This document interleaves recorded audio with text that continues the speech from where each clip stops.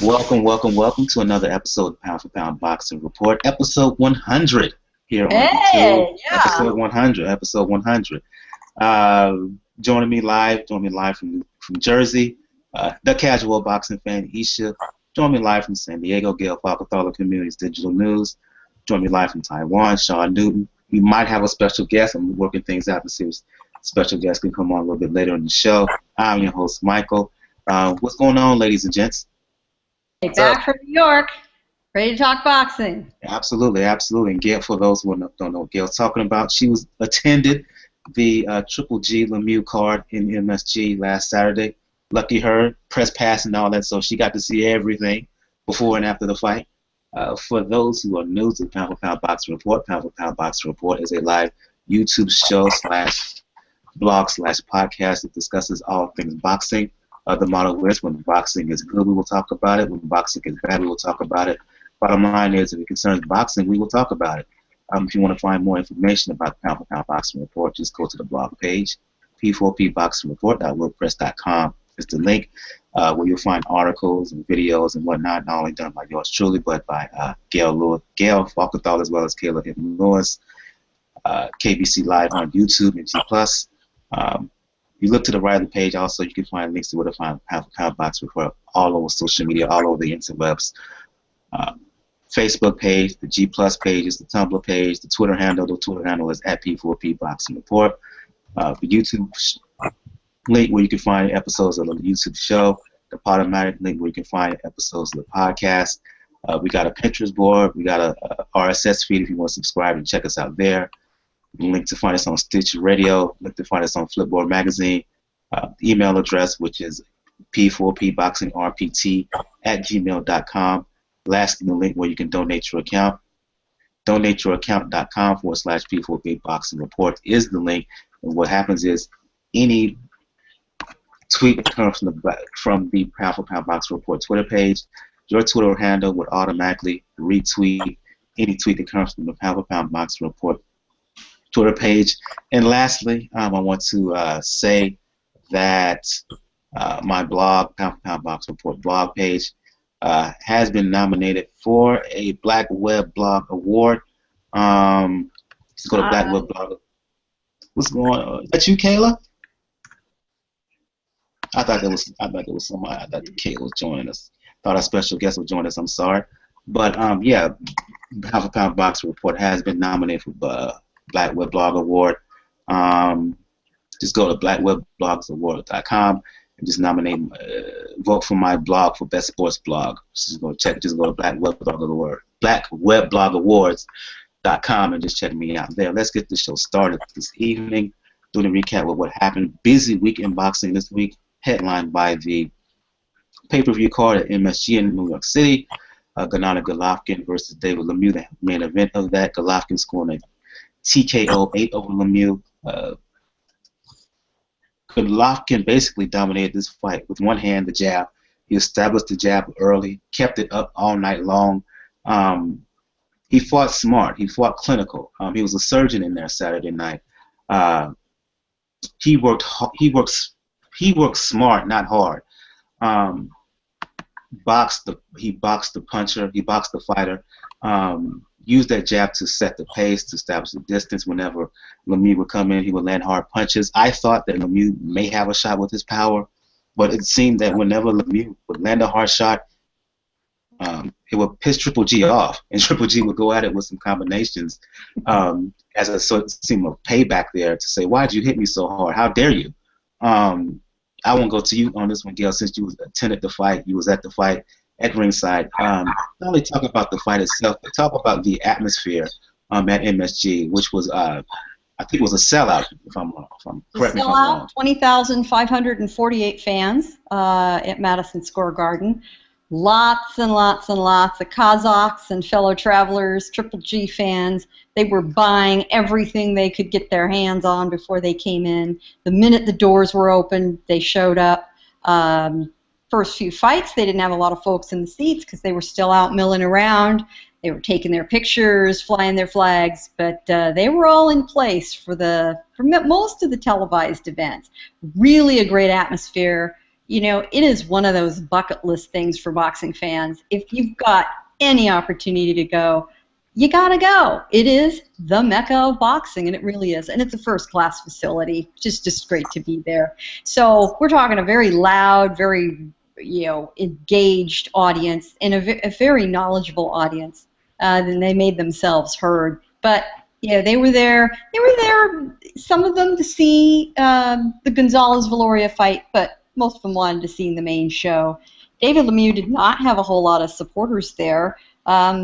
They were all there to see Triple G, and Lemieux has not fought in the U.S.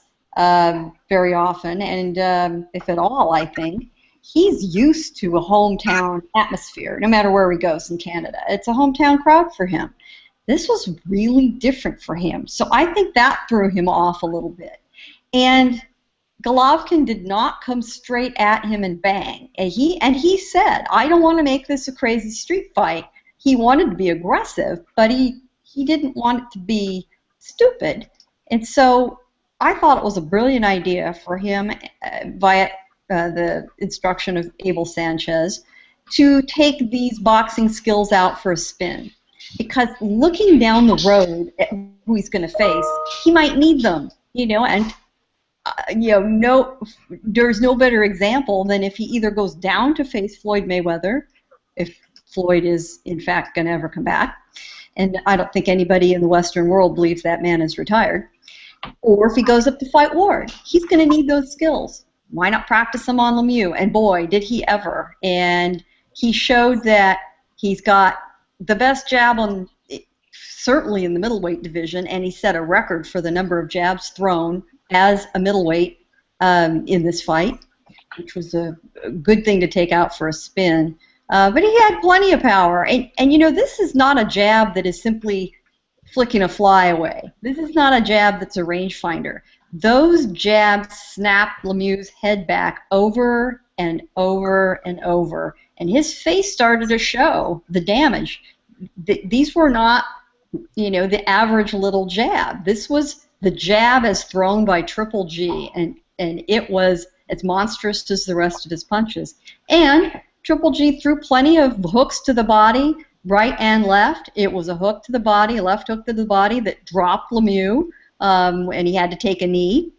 In fact, I don't think, if you saw the fight, Triple G then hit him once after he was down, which he really fouled him. He should have been deducted a point, in all fairness. I don't think he realized that Lemieux had taken a knee. I think he thought he was down.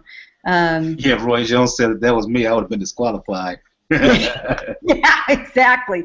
And if you were watching, I don't know how the camera angles looked at home, but when Golovkin realized what he'd done, he backed way into the corner and he bowed his head as if to apologize. I mean, the body language was very clear in saying, "Oh man, my bad. I didn't mean it."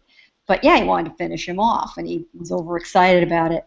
Great fight for him. Lemieux was very frustrated. Lemieux was very frustrated when it got stopped. But when we were handed the scoring sheets after the fight, not a single judge had given a single round to Lemieux. And he wasn't going to knock Triple G out. There was no point to watching him get smacked around for 3 more rounds. It was done.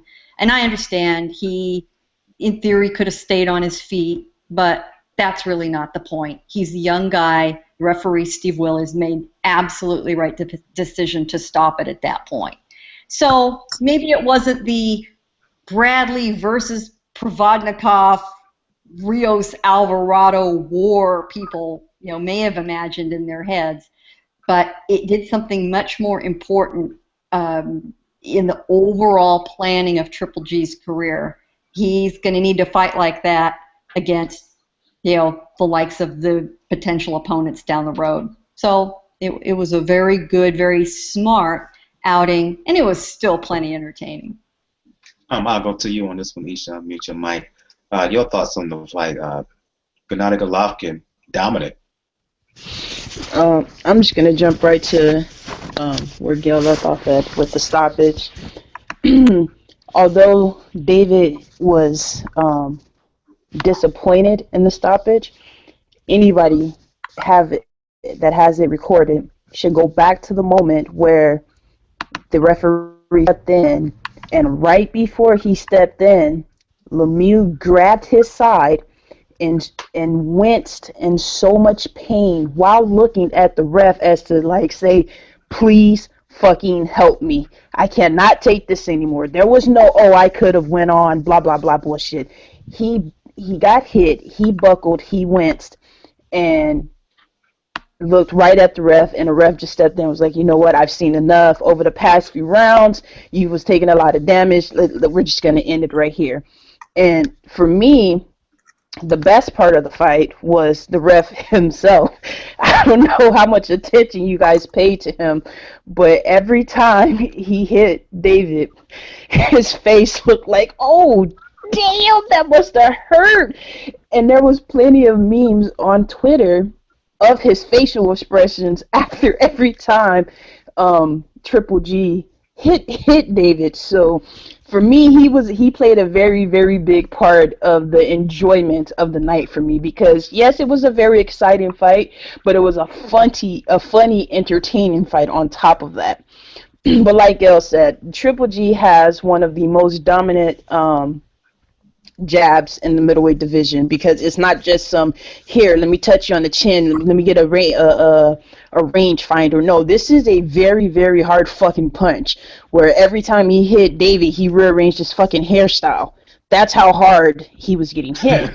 So, I mean, you can legitly see the sweat beads like fan off of his hair every time he got punched. Now, I don't know if that played a part with the judges, like, because I'm telling you, every time he got hit, it just looked like a devastating hit. Whether it was a hard hit or not, his hair told the story of what was going on in the ring. Yeah, there was a lot of comments about that, and some legitimate comments about, did it bother him? I mean, his hair is down in his eyes. A lot of guys have longer hair now, and they tie it up. And the ponytail. They do the man bun, they braid it, they, whatever it is. I mean, in my opinion, Lemieux needs to go to Supercuts and get his money back. And then my thing with David is like, yeah, like you said, yeah, he was frustrated. I mean, pretty much anybody who gets in the ring with GGG is frustrated, because he immediately takes away what your A plan was. It's like 3 jabs to the face, a hook to the ribs, and you're like, well, it's time for me to get on my fucking bicycle, and we need to figure out something else. Well, I don't feel like David's team had something else. They went in there with the plan A as, I got power, I'm not afraid, I can hurt him. Well, when that doesn't work, then what are you stuck with? Nothing. Yeah. Absolutely nothing. And that's what he had. He had absolutely nothing to come back with after that plan A was way out the window in the first round. So everyone underestimates how much that's gonna hurt when you get in with him. Exactly. And I hear this all the time. Well, I don't hear it, but I see it all the time on Twitter from the other fighters, like, oh, he folded, blah blah blah. Dude, you can't talk that type of shit. You've never been hit by this man. You know what I'm saying? You don't know what his power gauge is. And of the people who could tell it the best is Gabe Rosado. The fight where they ended and they followed him to his dressing room, you can hear him on the camera say, man, he fucking hits hard. Yeah. And Gabe is not going to, most fighters are going to be like, no, it didn't hurt, blah, blah, blah. Gabe was 100%, yeah, that shit hurt. He hits like a fucking Mack truck, basically. And so I think that by David not having a second plan or a third plan, it just really shitted on his evening. It was nothing more he can do. He got desperate. He started winging shots. He was reaching. I mean, we just seen him put on a very dominant display against Endom. That's not what I wasn't expecting to see him just look very, very, very fucking mediocre out there after boxing Endom, after slugging with Endom, after doing what he did with Endom, and then to go out there and fight someone who is loads better than Endom and not have a plan to his plan A. So, I don't know. I enjoyed the fight. I loved every fucking minute of it. Of his fight. All the fights on the card I loved except for the Ortiz fight. You didn't love that?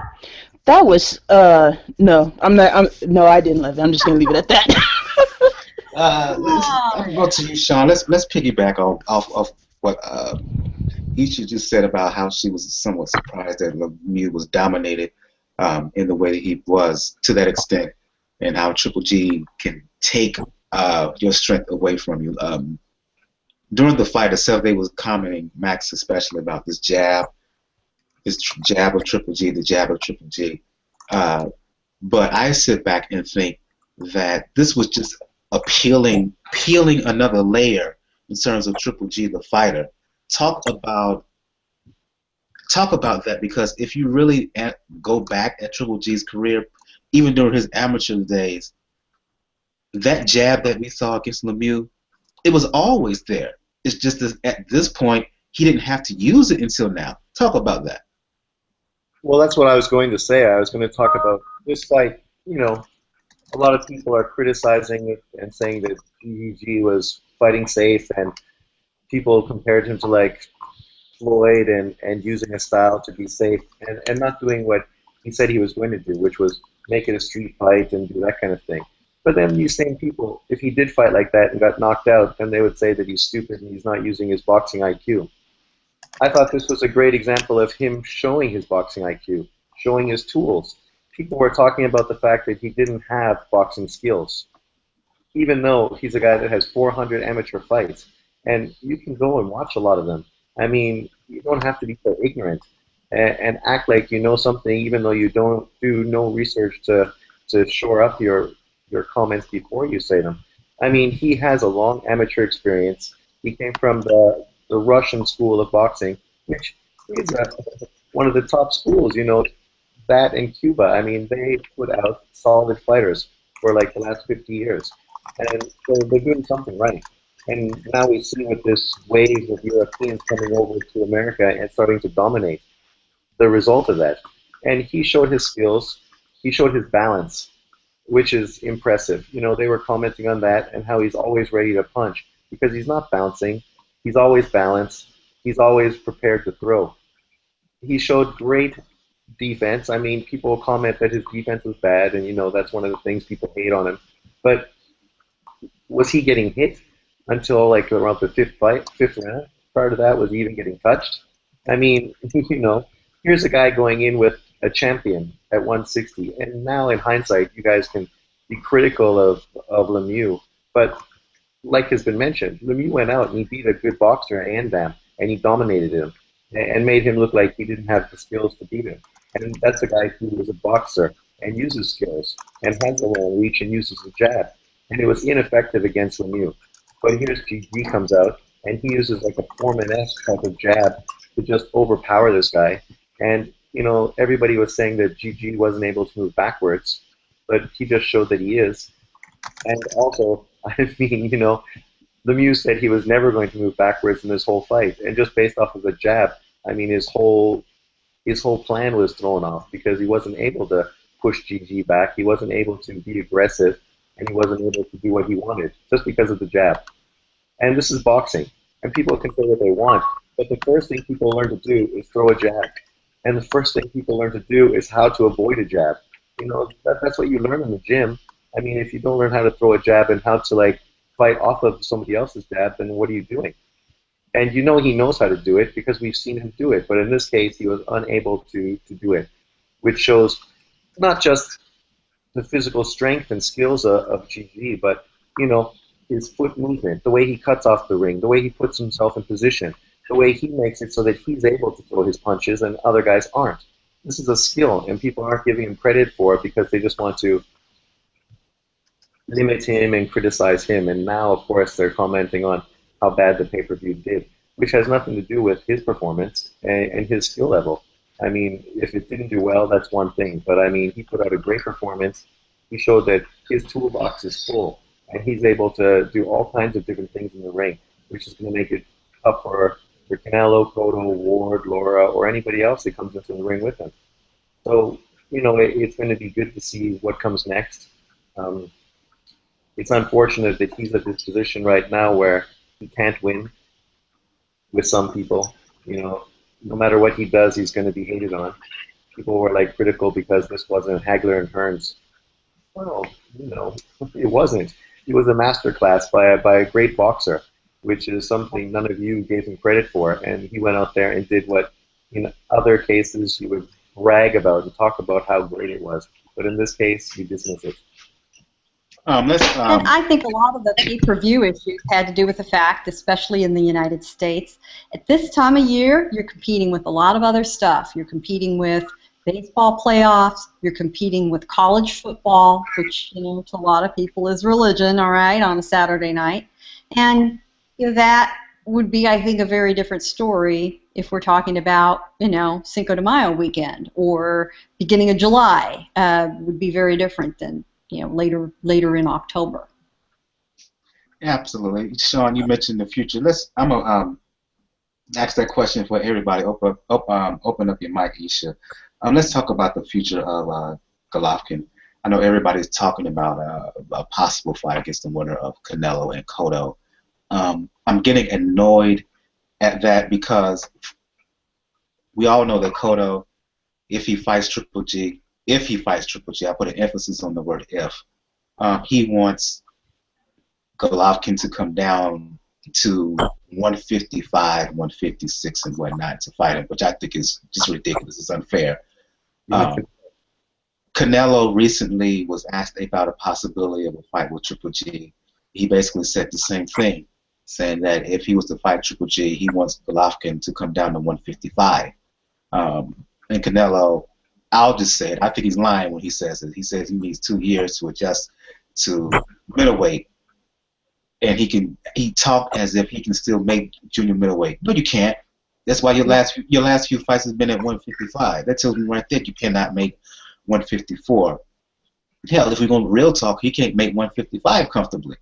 So for me, okay, everybody's talking about that fight, the winner of Cotto Canelo, but from my perspective, I wouldn't be against the notion of Triple G and saying, F y'all. F y'all. If y'all want, look, everybody knows I'm the middleweight. Even though I'm not the lineal champion, most people, if not everybody, feels I'm the dominant middleweight out there. You saw me Saturday night, packed house at MSG, right? Why should I sit there and kiss y'all ass to come down to 155 to fight? I could fight Andy Lee, the winner of Andy Lee, if he wins his next bout. Andy Lee coming up, I think in December. I could fight him, win 3 belts, defend the belt a couple of times. To the people, I'm the man. To the people, I'm the A side. Y'all don't have the Apple deal. I do. Y'all not doing commercials with Apple products. I am. Why should I sit there and have to capitulate to y'all when it seems like to me, when it seems like you making these demands because you don't want to fight me at 160.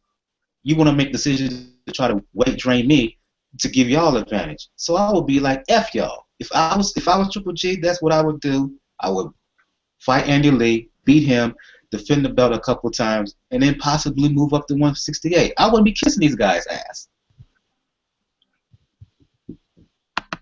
Your thoughts?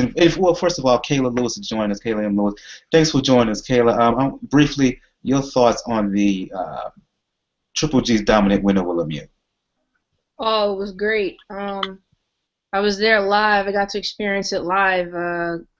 Golovkin. Wait, you and Gail didn't run into each other? I didn't run into you. I was there too. Oh, no, I didn't know. No. You know what? There was a lot of people that were there that I missed. I saw a few people, but I definitely missed a few heads out there. It was a pretty big crowd. Yeah, Gail, you were in press row, I guess, right? Yep, I sure was. Yeah. But no, the fight was really good. Golovkin looked impressive, probably the most impressive he's ever looked. I'm surprised it went on as long as it did. I didn't expect David to hold up, but then at the same time, I'm not surprised because he kind of needed to hold up a bit better than he did against Rubio if he was going to go in with Golovkin. But he looked good. And I'll just open up and again open up your mic, unmute your mic, Isha. But to my question, the future of Golovkin, where do you see him going? Because if I was him, I would get sick and tired of Cotto or Canelo making these, as far as I'm concerned, silly demands to try to weight drain me when it seems like you don't want to fight me. If you really wanted to fight me, you would have been making these silly demands. Either of them. Your thoughts? Well, Golovkin's not going to do the talking as far as this sort of negotiation goes. And the good news is he's got Tom Loeffler to sound off for him.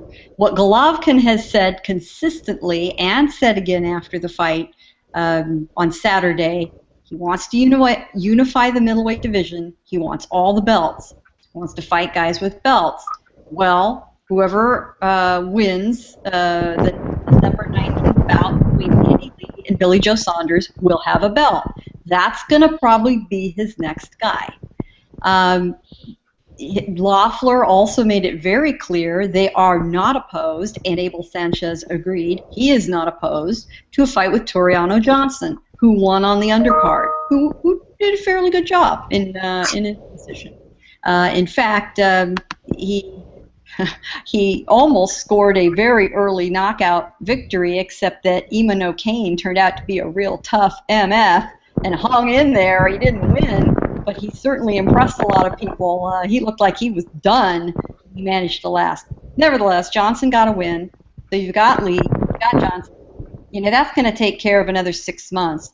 Then maybe we're talking late next year, the winner of Cotto Canelo. We'll see what happens. We'll see who's hungry for a fight. It's going to be a very different negotiation depending on who wins. If it's Cotto everything to avoid it. He knows that he's no match for Golovkin. He knows it. And he's said many times in unguarded moments, I'm not a middleweight. I mean, I give him credit for his honesty at least. Canelo, different story. I hope that he doesn't play too many games, and I hope that Oscar De La Hoya and Golden Boy don't let Canelo play too many games. I mean, he just Oscar and Bernard were present all weekend. They and K2 get along extremely well. They have a very good working relationship. It's good for both of them. And I don't think they want that to fall apart. So there's another layer to this whole thing. I think that they will make those two play nice with each other, figure out a way to get it together and make it happen. That's a big payday for everybody involved. Yeah, I'm going to open it up to everybody, but don't lie. Don't insult my intelligence. We were talking about this before the show, and Sean was right on with me. Don't lie. Don't lie talking about how you need to adjust to the middleweight division. Don't lie. Don't lie and act like you're still a junior middleweight. No, I've been right up on top of Canelo lately. He's getting into that age range where he's not a skinny little 20-year-old anymore. He's gaining his man muscle. Absolutely. Looks good. And you're right. He can barely make 155. I mean, the 30-day weigh-in, he weighs in at what, close to 168. Oh, and he looks every bit of it. We'll see him do a media workout here in about probably another week, but we'll get a good up-close look at him. And then I'll really be able to tell you. But when I was watching him in preparation for the Kirkland fight, I hadn't really gotten a good look up close at him in about a year. And damn, he was much broader across the back and much bigger girth across the shoulders than I remember. Yeah, he's no 154, not a chance. You was wanting to say something, Kayla? Yeah, I believe Canelo's walking around in the 180s outside of training camp. He's definitely ready for 160 pounds. He's just, the reason he's not up there is clearly because of Triple G. Yeah. Sean, Isha, your comments? Well, I mean, Canelo just came out on Twitter or something like 2 days ago or yesterday or something with a picture of him posing in front of the mirror, and he's like 167 at this point. Right.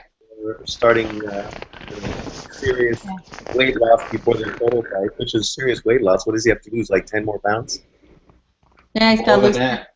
10 pounds, 12 12 pounds. before the fight. He's got a month. He can do it. He's young. Isha? I don't care who Gennady fights next. I don't think he should have to bow down to the fucking two prima donna bitches that's fighting on the 21st. Either man the fuck up, you say you're the best, blah blah blah, this, that, and the other, then fight the guy that's the best in the division right now. Stop with all these pussyfooting negotiations. Oh, I need you to be at 155, or I need this, or I need that.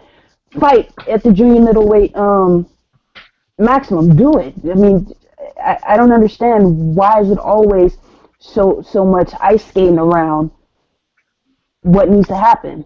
Okay, so you guys don't want to come and fight me? Fuck it. I'll go fight these other Joe Schmoes, whatever. They're gonna get my paper. I got Apple. I'm wearing Jordan hats. Pretty soon I'll be fucking sponsored by Jordan or something. I'm making money whether or not I fight Cotto or I fight Canelo. So his team, stop worrying about it. Like Sean said before the show started, fight the guy who has a belt. Who is that? Leon Saunders? Fight the winner of those people. That's a belt right there. I guarantee you it's going to be Andy Lee in February. I guarantee it. I'll bet money on it. Did Quillen move up to 168 or something, or is he still middleweight? No. At that point, Tom Loeffler also said Saturday that if the deal could be made for the winner of Quillen Jacobs, why not? It's there. Either, and Triple G would kill either of them. I really don't care. I love to see them get their fucking face smashed in. It's a belt. He's looking to have all the belts. They have a belt. Go fight them. That's two named fights right there outside of Cotto Canelo that you could put on your resume. And in between those two fights, you can fight Tyriano Johnson as your all the way through the end of next year. Egg freaking exactly. Let them sit over there and twiddle their fucking thumbs up their ass if they want to. And, miss out on their blessing. I mean, because Canelo, I'm not going to talk about Cotto. Cotto's on his way out, so he's playing it safe. I get it. But Canelo still has a bright future in boxing, and they're pissing it away. With the waiting. Okay, you're gonna fight Cotto, who's a small dude. Then who are you gonna fight after that? Who's next for you after that? Who are you gonna try to bully after that? Because you're steadily running away from the guy who wants to fight you, who will get in there and fucking make a war for you in there and get the money and the recognition that you guys both need to move forward in your careers. You know what? It just makes too much fucking sense for it to be boxing. I get it. You know what? There's nothing wrong with a little waiting. A little anticipation is good for the fans. It's good for business. So yeah, it sure is. You see how much we waited for fucking Mayweather and Pacquiao? That was a great wait, huh? Well, and it made them a lot of money. So remember, it did. That they don't need to make us happy by hurrying up. It's in their best interest from a business perspective to wait a little bit. And if it doesn't happen for a year, everyone can just calm down. There's plenty of other people out there. The middleweight division is very rich in talent right now. The problem is that we don't even see it happening within the year. With how they skate around things, we don't see it happening next year. We don't see it happening the next year. And with how things are going with, the shitty sales for everything and views for everything, it's like everything is falling off. We need, as boxing as a sport, we need something big to spark that fire back into it. And that's something big.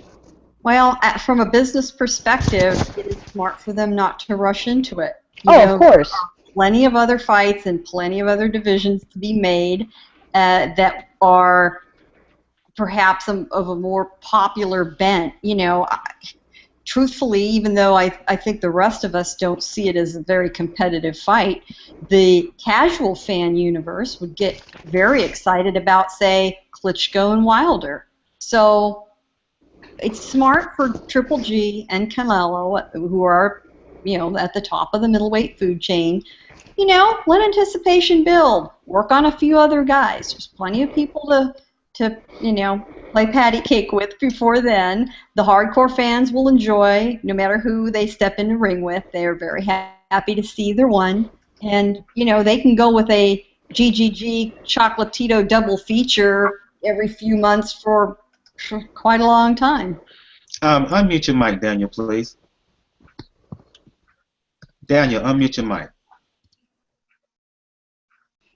Yeah, here now? Yeah, I was going to bring you into this conversation. Talk a little bit briefly about Triple G's win over Lemieux and get into this conversation about the future for Gennady Golovkin. Particularly this talked about the winner of Cotto and Canelo, as well as other options for him. Well, as far as Triple G Lemieux, I think a lot of people forgot, just because of the 20 knockout streak, that Golovkin had a pretty decent amateur background, so they didn't realize that he had that ability in his arsenal to lay out, and he basically neutralized Lemieux. You could tell, throughout, he had a game plan, and it was a smart game plan. He knew Lemieux had power, and somebody mentioned it earlier, every single time Lemieux hit him, Golovkin got mad and started landing combinations on Lemieux. But he also showed great technique. It showed that he is the elite middleweight right now. He's a cut above pretty much everybody else. And like I said, pay-per-views aside, the ground game is there for Triple G's. He's getting there. Like I said, there's a reason why there's Apple commercials. Showed up. People recognize that he's going to be the real deal. As far as him facing the winner of Cotto Canelo, I personally would like to see it. I know in one scenario we'll never see it, and that's with Cotto. Cotto will vacate that belt faster than you could throw a fastball at him before he steps in the ring with Triple G. Yep. And to me, Canelo will face him, but it's going to be on Canelo's terms because by default he has the larger fan base, unfortunately. And I get the arguments that, yeah, Golovkin is the elite middleweight. Golovkin should be the one dictating the terms, but unfortunately, business-wise, even with the Apple commercial, Canelo has some commercials too. He has Under Armour commercials too. He's by default the A side just because business-wise he has a larger fan base. He's going to dictate the terms, but it's going to be a little bit for a while. Now, if it doesn't happen, I'll definitely love to see Triple G with Toriano Johnson because that's just mandatory right now with the IBF. Him face the winner of Lee Saunders. Love that because that's another belt that he can grab. And then we can wait to see if somebody actually that brings a huge fan base steps in the ring with him. That's pretty much all we can do at this point. Indeed, indeed. Let's move on. Talk about some fights on this undercard. I'm going to go to you on this one, Kayla. Talk about your favorite guy. We've been talking about this in the private chat here. We've been talking about Kayla's favorite guy, Roman Chocolatito Gonzalez. Scored a 9th round TKO over Brian Viloria. For me, Kayla, I looked at this bout as a comparison bout. How would Chocolatito look against Viloria in comparison to the way that Estrada looked against Viloria back in early 2013? I think it was April 2013 when Estrada beat Viloria for the 2 belts in Macau. At the very least, he looked just as dominant, probably more dominant. You could tell Viloria, he fought hard, but whenever Roman stepped on the gas and pushed the initiative, Viloria had no chance. The bout was stopped. Viloria, he got put down with a short right hand early in the bout. And like I said, he fought hard, but it was Roman Gonzalez's fight all the way. Dominant victory by Gonzalez. Clear, to me, he's the top flyweight in the world. A lot of people have him as the #1 pound-for-pound fighter in the world right now. Your thoughts on the complete thorough performance by Chocolatito over Viloria on the Triple G Lemieux undercard Saturday night? I was very happy with. I'm gonna try and sound as unbiased as I can right now, but you can't hide it. You can't hide it. No, don't even try to hide it. I'm right with you. You can't hide it. I I was really impressed with Roman's performance. Compared to when he fought Estrada and when Viloria fought Estrada, I think both Gallo Estrada and Chocolatito have improved a lot since their last fight. But as far as Roman's performance against Viloria, I thought he did well. I think it took him a little bit, probably the first couple of rounds to warm up and figure Viloria out because Brian came out really strong. I can't lie, I was in the stands sweating, like I was next to my friends, and I was like, it's not going to be a good night if he doesn't win this fight. I'll let you guys know right now. But no, Viloria came out really, really strong, and that seemed like that was really only his good game plan. I didn't get the impression they really had any kind of plan to do anything other than look for the one big punch and hope it lands. That's all I really got from it. He was tough, of course, but he was getting hit entirely too much. He landed some good shots on Roman. I mean, he did rough Roman up a little bit, but just like you said, every single time Roman put his foot on the gas and, really started to land his onslaught, Viloria, it was no match. Every punch that he hit Viloria with, Viloria was stepping back. So I knew eventually once I saw that it was a done deal just about. But it was still kind of shaky because Viloria still was hitting him, but I knew my boy was going to be all right. And I'm very happy that he won, and I say bring on whoever now. So we're going to talk about that. We're going to talk about that for sure. I'm going to go to you, Daniel, and then you can follow up, Gail. Your thoughts on Chocolatito and his stoppage over Brian Viloria? Wow. Okay. When it comes to Chocolatito and Viloria, it was a really good fight. It showed off Chocolatito's full arsenal, and let's not forget he made history in that fight. Remember, he's the first guy to drop Viloria in a long time. I don't think he even got dropped in the amateurs. Nope, that was his very first time he's ever. I mean, and it was a flash. It was a flash knockdown, but he still got counted. First time in his career.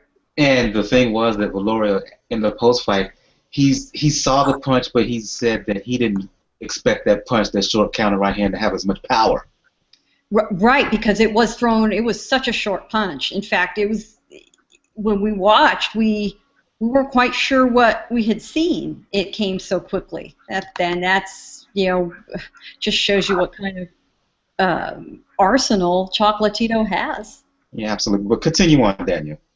Absolutely. Yeah, I completely agree. Like I said, it was such a short punch. I didn't even notice it until I saw Viloria go down, and then he immediately got back up. I went like, whoa, okay, that came out of nowhere. But the fight became systemic at a certain point. Viloria was doing great work. No disrespect to Viloria. He was doing great work. He was landing combinations. He was trying to cut off the ring, but Chocolatito's like beating him like 3-1 when it comes to combination ratio. I think at one point Viloria landed like 5 punches, and then Chocolatito followed up with a 15-point punch combination. Yeah. So it just became systemic at a certain point. It showed, like I said, Chocolatito's full arsenal. It showed why a lot of people picked him number one pound for pound post-Floyd, even though, like Gail said, no one on earth really believes that Floyd is retired. And it was just a great fight. It was a good opponent. And there's, like I said, there's a couple, at least 2 big fights for Chocolatito on the horizon that he could be paired up with that are looking very, very good right now. Hold it. I want to save that to afterward. I'm going to save it because I'm going to talk about that. I'm going to go to Gail, and then you, Isha, talk about Chocolatito and Viloria. Chocolatito is such a well-rounded fighter. That, to me, is why he's number 1 pound for pound. He's got footwork. He's got hand speed. He's got excellent ring generalship. He has patience, which is an underrated skill in a lot of fighters. He's got power, and he's got the accuracy to deliver the power. And he's got that will to win. The only thing he does, which is not necessarily a problem, he is a little bit of a slow starter. He warms up the first couple of rounds. I mean, Viloria won the first 2 rounds on many of the judges' scorecards, and rightly so. But boy, when Chocolatito starts, turning up the heat, starts getting moving, I mean, it is all over. He turns it around so quickly. The punch stats showed Viloria landing more in the first couple of rounds than Chocolatito by the end of the fight. And so mark this. By the end of the second round, into the third, starting to crawl into the fourth round, they were not that far apart on punches landed and stats. By the end of the fight, when the fight was stopped in the 8th round, nearly the end, Chocolatito had outlanded Viloria 2-1. That's how much he stepped on the gas. When he decides to go, it's done.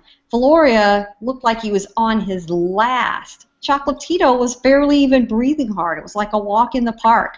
When he showed up for the news conference, he didn't even look like he'd been in a fight at all. It was amazing. And Viloria is no slouch. You know, due credit. He gave it everything he had. Couldn't touch him. That is what pound for pound looks like. Isha, your thoughts? Like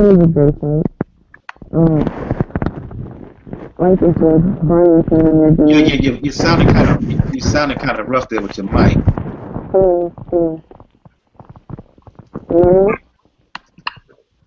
No.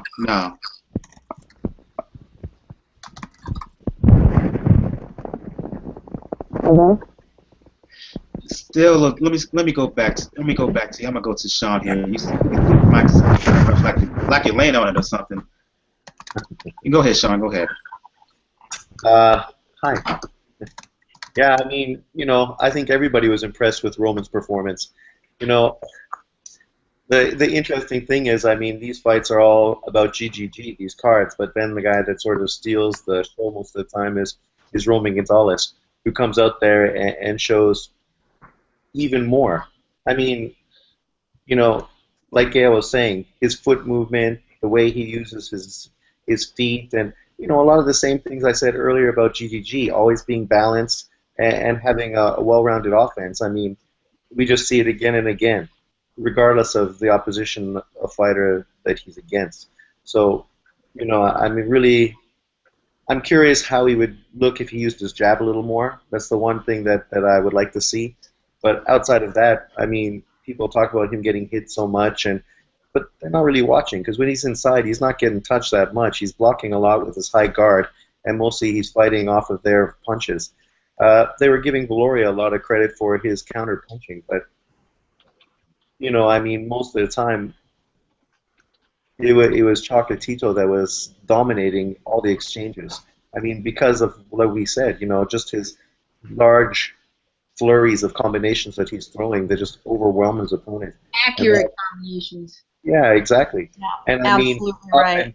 up and down, and, you know, like they commented as well that a lot of his punches are not big. He's just landing them, but then you never know which one is going to land that's going to be big, such as that short little right hand that caught him on the inside. And that just shows how well-rounded his game is and how much he's thinking in there, trying to look for the opening and trying to break guys down. And he's always doing the main thing that he needs to do, which, you know, historically we've always talked about great boxers doing, breaking the guy's body down. So even if you're in there with a top-level opponent, you're getting your work in, you're wearing them down so that you're going to get the stoppage later. I mean, he's beating these guys' bodies and breaking them down. So at first they look like they're great and they're in the fight, and then by the time the 8th round rolls in, they look like they are just running for cover and they don't have anything left. And this was just another example of that.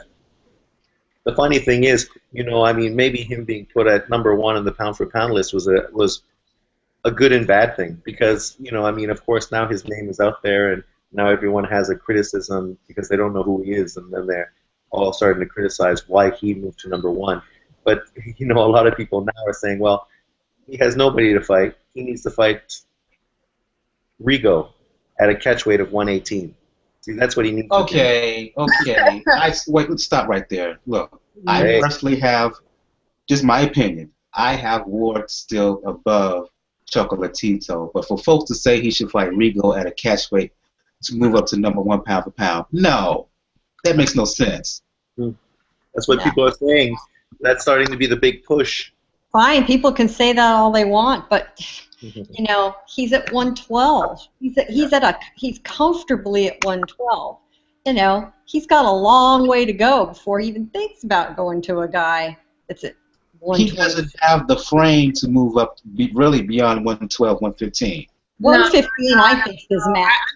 I think he caps out at 118. I think he actually struggled a little bit to make 112. A little. Yeah. There was a rumor that he did, but he was also eating on weigh-in day, so who knows? But I think he caps out 118. I think that's it. You know, it was funny because at the weigh-in, you know, they put a flag, Nicaraguan flag, in front of him, but he did not drop trow. He didn't need to. They did the same thing for Lemieux as well, but they all made it. They all made it. So. Let me try to bring Isha back in here. Unmute your mic, Isha. See if you can come in, because your mic was sounding a little bit stuffed there. Hello. There you go. There you go. About Chocolatito and his win over Viloria. Oh, like Bill said, the only thing that was like off for me was that how slow he starts. I really didn't know who Chocolatito was before this fight per se. This is like my first time watching him fight as it was happening. Anything else I know about him was from Miss Kayla and another guy on Twitter that's always, you know, linking me to, you know, some of his good videos or whatnot. So my excitement for this fight came solely off of their energy, how hyped they was. So that's what made me want to see this fight just that much more, because like, how can two people and then other people on Twitter just be so into this one person? I'd never freaking heard of him, and I watch a lot of boxing. So I'm like, okay, there's got to be something to this little guy. So I'm sitting here, I'm waiting, and then I realized I've seen Brian Viloria fight before. I was like, okay, so he's not just in there with some, you know, piece of shit guys. This might be a good fight. So it starts off really slow, like everyone says, and I'm like, okay. My ADD's kicking in, so I'm like, okay, you do, and then he picks up. So I was like, so you got boxers today who hardly throw, you know, 2 to 3 punch combinations, and you got this little sumbitch right here throwing 5, 6, 7, 8 combinations at a time, and I was like, what is this? What is going on? This is not normal. He is a freak of freaking nature. And I got so into it, and just like the woo moment for me, I had 2 of them in that fight, was when he caught Brian with that little short hook that didn't seem like it should have knocked him down. And I was like, whoa, that was nice. Second one that really no one was talking about afterwards is the fact that Brian, glimpse of hope came with a body shot to Chocolatito that hurt him. Yeah. And what got me smiling and clapping at that moment was the fact that how he responded to that body shot, how he recovered from it, and then how he went to work off of it. Like, if Brian would have had enough gas to, I don't know, do a little bit more maybe, I'm not saying that he probably would have won, but it would have took a little bit more out of Roman. But the way he rebounded off of that was just a thing of fucking beauty. It was like, okay, you hurt me. Let me take a deep breath, suck it up. Okay, I'm a man again. Let's go. And he just went back to work, throwing 5, 6, 7, 8, 9 punches again. I was like, this dude's a freak. I was like, I don't know how long they're gonna call B-Hop the alien, but Roman's next up for out of this world performance there. But as far as anything else about the two, I don't know. I think their fight was probably his fight and Turiano's fight was, to me, was the best 2 fights on the card. That's where my interest was in most of the fight. Okay, let's talk about the future of Viloria. Daniel mentioned it, kind of spoiled me there almost. 2, 3 main fights out there for Chocolatito.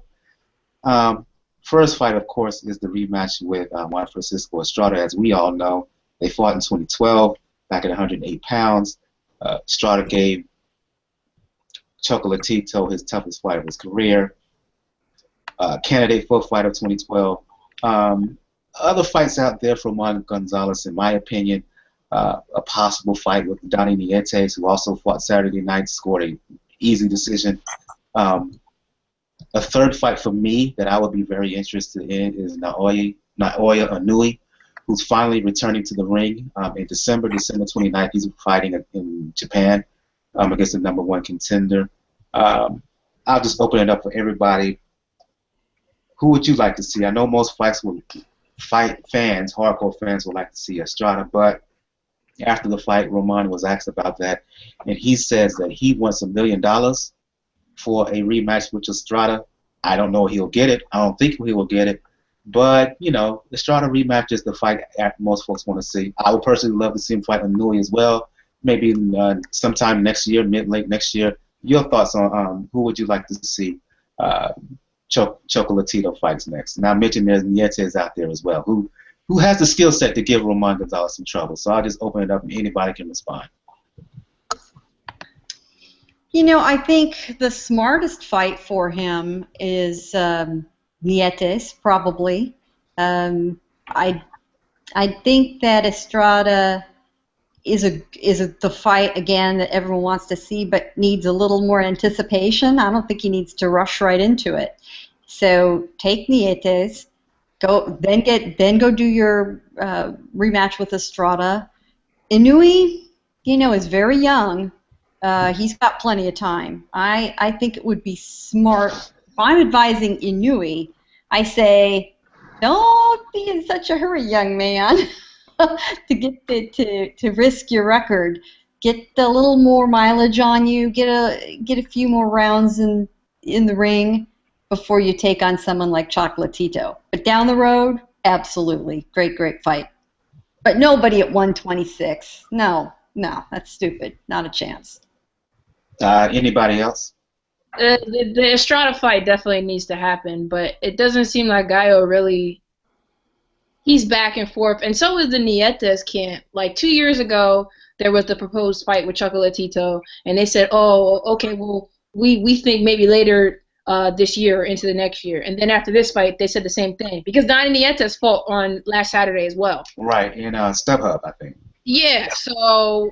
You know, they keep deflecting. Personally, I think Roman mocked Nietes. I didn't think that before, but after the Viloria fight, I don't really think Donnie really has much for Roman out of the opponents that I can name. Gallo definitely is probably his best competitive opponent at this time. The Naoya Inoue fight, I think that needs to brew for a little bit. It's very, very, to us, to the boxing nerds, of course we want it already because we already know who these guys are, but you gotta remember, Roman's new on HBO. He's just getting out to the world.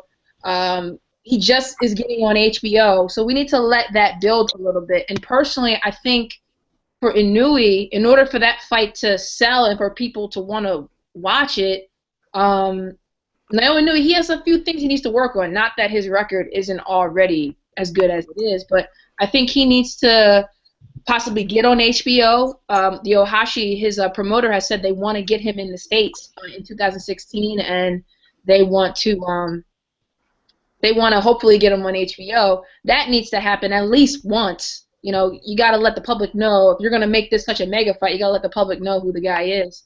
And I think Inoue needs to likely get a pound-for-pound spot, whether it's number 10 or number 2, whatever. He needs to get on there. Because as big as this fight is, if we say Roman's this and Inoue's this, and coming together will make it this, well, you got to make it look like the opponent is worth it, or people are going to be like, that shouldn't have happened, or whatever. So the mega fight that it can be, we've got to let it stew for some time. Not for a long time, but...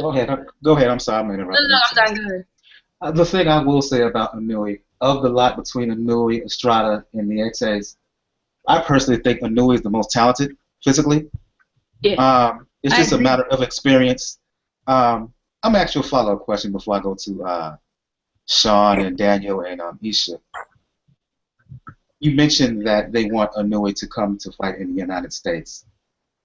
Do you think that fight will happen here, say at StubHub, or should that fight happen, or do you think it will happen in Japan, because personally, I think if both fighters want to cash out, the fight would probably happen in Japan. Are we talking about Gonzalez Inoue or Inoue's debut? Gonzalez Inoue? Roman Gonzalez Inoue. I think it depends, because Roman is also with K2 now, which is Golovkin's promoter.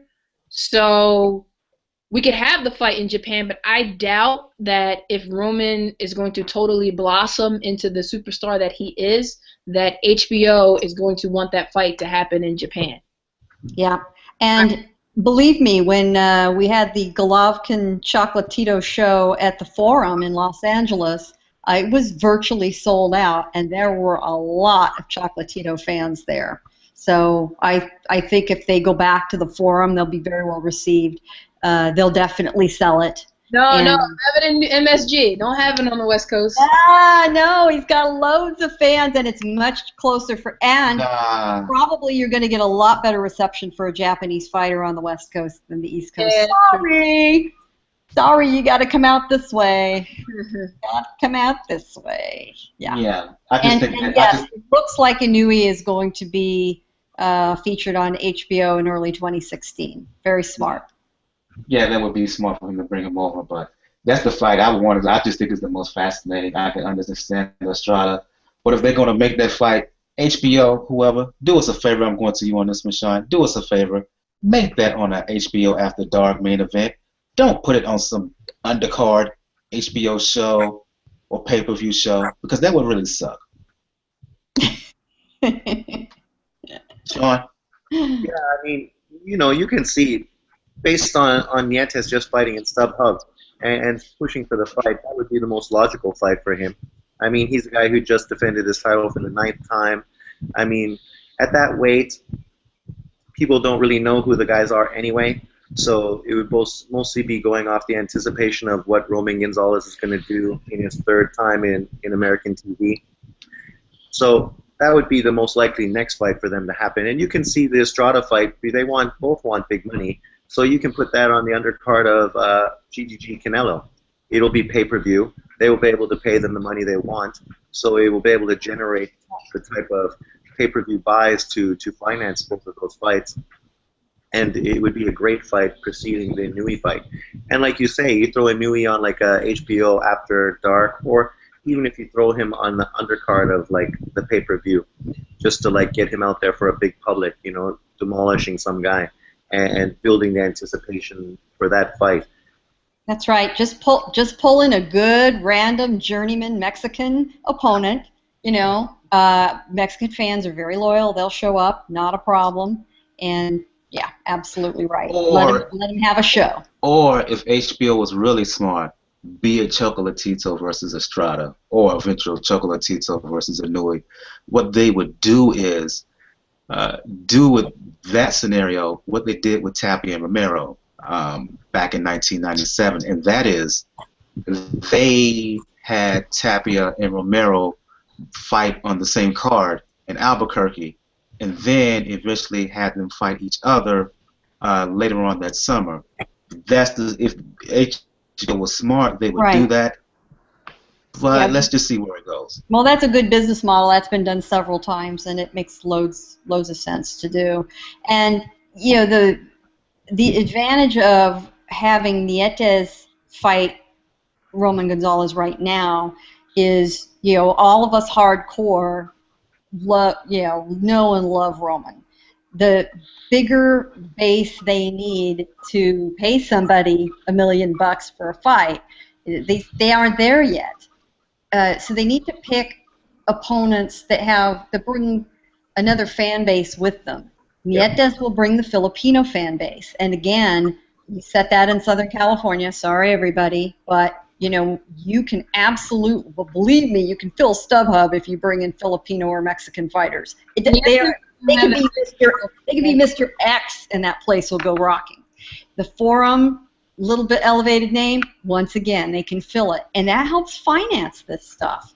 And it is a business that has to be taken into account. So that's really the smartest fight they can make next. Let me bring Daniel in. Fans are hungry for somebody right now. They need something to root for. Absolutely. Let me bring Daniel and Isha into this. Either one of you can comment first.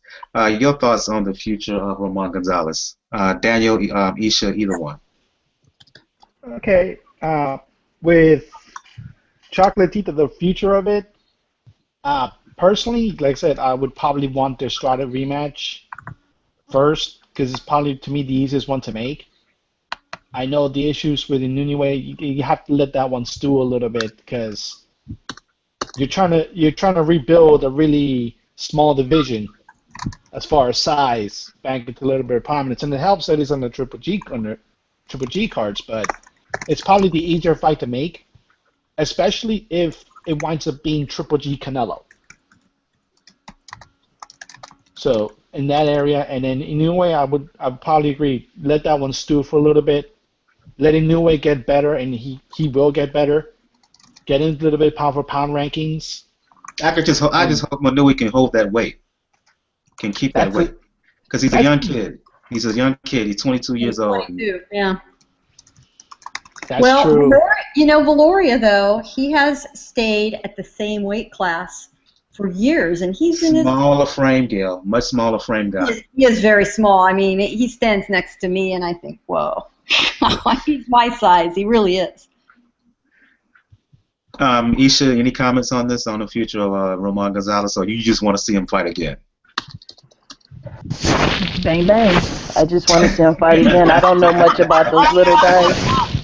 I told you that before. I don't really. Only other little guy I know is that that Gallo guy, because I've seen him fight a few times. But I mean, if there's other people out there for him to fight that are equally good, I don't care who it is. I thoroughly enjoyed watching him fight.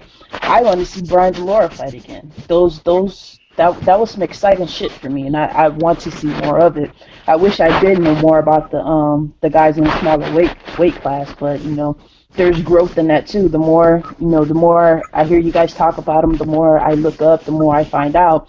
I checked out that Nietes guy that you was talking about. I don't know how I feel about him. That fight that I watched wasn't really exciting to me at all, but I don't think I would want to see, from that one fight, I don't think I would want to see Roman fight him, but I wouldn't mind seeing him fight the Gallo Estrada guy, because that guy comes out to fight. He's a good counterpuncher from the last fight that I seen from him, so it looks like it'll be some sparks in the ring between the two of them. But other than that, I really don't have much to say about the future of who the little guys are fighting. Just that I don't care who they're fighting as long as it's in the ring on my TV where I can yell, woo!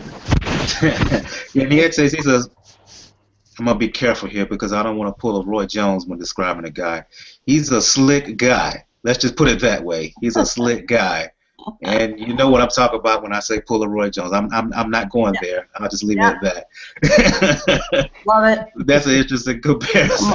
It's an interesting fight. I'm going to have to ask you not to talk ill of my dude, bruh. We done already had this conversation before. You know he was wrong for saying that. I don't care. Roy Jones can do no wrong in my eyes. You're going to have to watch out, sir. He was wrong. He was wrong. Don't be a fanboy, as you say. Oh, I'm a definite fanboy. I love Roy. One last comment about the card in New York. One of the most delightful things to happen was that Roberto Duran was there, who was warmly received and had the time of his life. The smile never left that man's face. He posed for photos with everybody. He was given the respect that he is owed, and he reveled in it. It was super, absolutely super. Yeah, absolutely. I'm gonna cut here because we're a little pressed for time. I don't want to go super long, so I'm gonna split some fights here between a couple of folks. I'm just gonna ask a person or a couple of people about a particular fight, and then y'all could just comment on there. I'm gonna go to you on this one. I'm gonna go to you on this one, Daniel, and then you can follow up, Sean, if you saw the fight. King Kong Ortiz, Luis Ortiz, scored a 3-round TKO over Vando. A lot of talk about Ortiz. A lot of folks think that he's ready right now for a possible shot at the big guys. Your thoughts on him, your thoughts on this fight. First Daniel, then you, Sean. Well, with Luis Ortiz, first of all, hopefully people know now that the fight with Brian Jennings is official. It's going to be December 19th between him and Brian Jennings. Yes. And it's an interesting dynamic. He's 36 years old, but that's no longer considered old in the heavyweight division. And his background, the fact that he has such a good amateur Cuban background makes him pretty tough to actually match up against him. And I'm going to commend Brian Jennings for taking a fight I'm surprised he rejected a little bit beforehand. I think he got the money. Well, I'm a little bit surprised because in other fights he's been asking for big purses. I just think he received that 7-figure purse for Klitschko, and he just didn't want to come down that much for any old fight. So I'm a little bit surprised too. But proceed. Yeah, well, I think this one's going to be the main event actually, because technically Ortiz technically has a belt, like one of the 5 WBA belts at heavyweight. Right. Yeah, the temporary from the upper shelf. Yeah, you know what the WBA. We all know what that's South about. American, Carib. Yeah. He got the Cracker Jack prize belt. Yeah, pretty much. Oh, yeah. And people forget that this is the same belt that he was stripped of, actually, when he popped for steroids at the face of Coyote. You're right. You're right. So it's an interesting division because, like I said, 36 is not old anymore in that division. So he has time, but he's got a lot of people in front of him. Like I said, he has Jennings in front of him because I think a rematch with him and Klitschko would be nice. Tyson Fury's in front of him. Deontay Wilder's still in front of him. Yep. Because he has a belt. But it's an interesting person to make matches for when you see a skilled southpaw at heavyweight, but has that power. And I think people called the match, like that match against the Argentinian guy, Haymon-esque in matchmaking.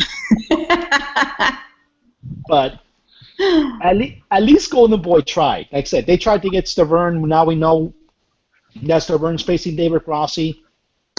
And they tried to get Brian Jennings this time. Now they're going to get him now on December 19th. So they at least tried.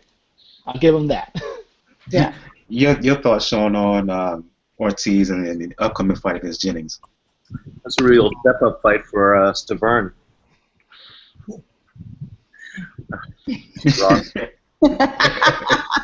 Sorry, it took me a minute. What a troll. I'm just saying, Yeah, no, it's true. It's good that Jennings took this fight. I mean, you could fight guys like Rossi, and it's never going to make it an intriguing fight to see you back against Klitschko or with Wilder. But for Jennings to step in with a guy like this guy who people think is imposing, I mean, he has a good amateur record. He hasn't done anything as a pro. I mean, he's fought limited competition, but he's looked good doing it. So, you know, it'll be interesting to see how they match up. I mean, we do know that Luis Ortiz is dangerous. He's got a big punch, power in both hands. And a southpaw. Yeah. And for Jennings, I mean, you know, he's a slick fighter, has skills, has a long reach. He showed himself to be really good against Klitschko. He made it a tough fight. And, you know, you put him in with this guy, and it's an easy way to springboard himself back into, you know, a big fight with Wilder down the road, which, you know, would be a great fight, depending on if Wilder fights Povetkin or whatever happens there. But if he doesn't, you know, get these two Americans in there against each other, it's great because if one wins and one loses, you know, you probably can play them off each other for a while. So you still keep the belt in the States, you still keep the heavyweight belt, you know, relevant in the U.S., and you build both of these guys in the process. So, I mean, it's not really a lose-lose for any of them.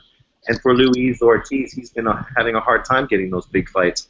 So if he's able to, like, walk through Jennings, I mean, you know, people are going to force one of the other guys to fight him. So it's going to help his career as well. I'm going to go to you, Kayla, then you can follow up, Gail. Talk about Toriano Johnson's unanimous decision win over Okaine and how it possibly sets up about early 2016 against Triple G.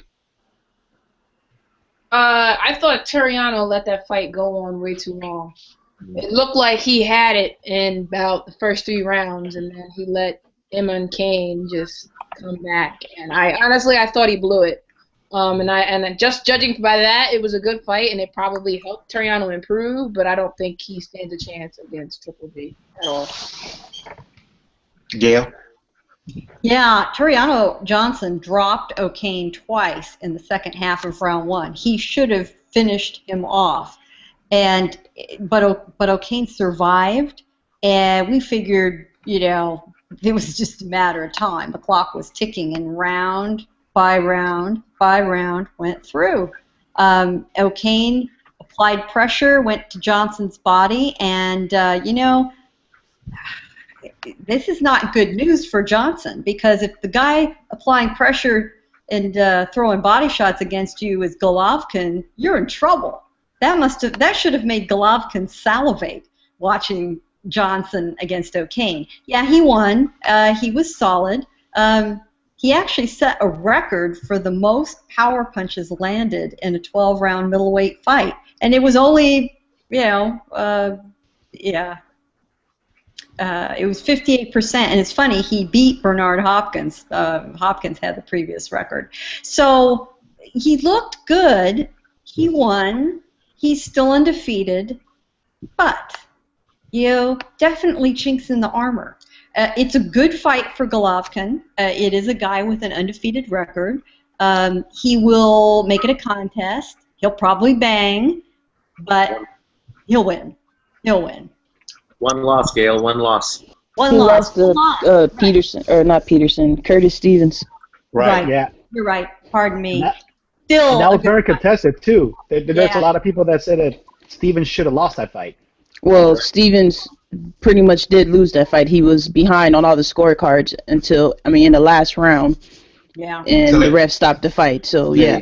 But let me say something real quick about the Toriano fight. I think in the beginning, what you guys are talking about when he dropped Okaine, the 2 times where he should have sealed the deal. What I think happened there is that 1, he punched himself out.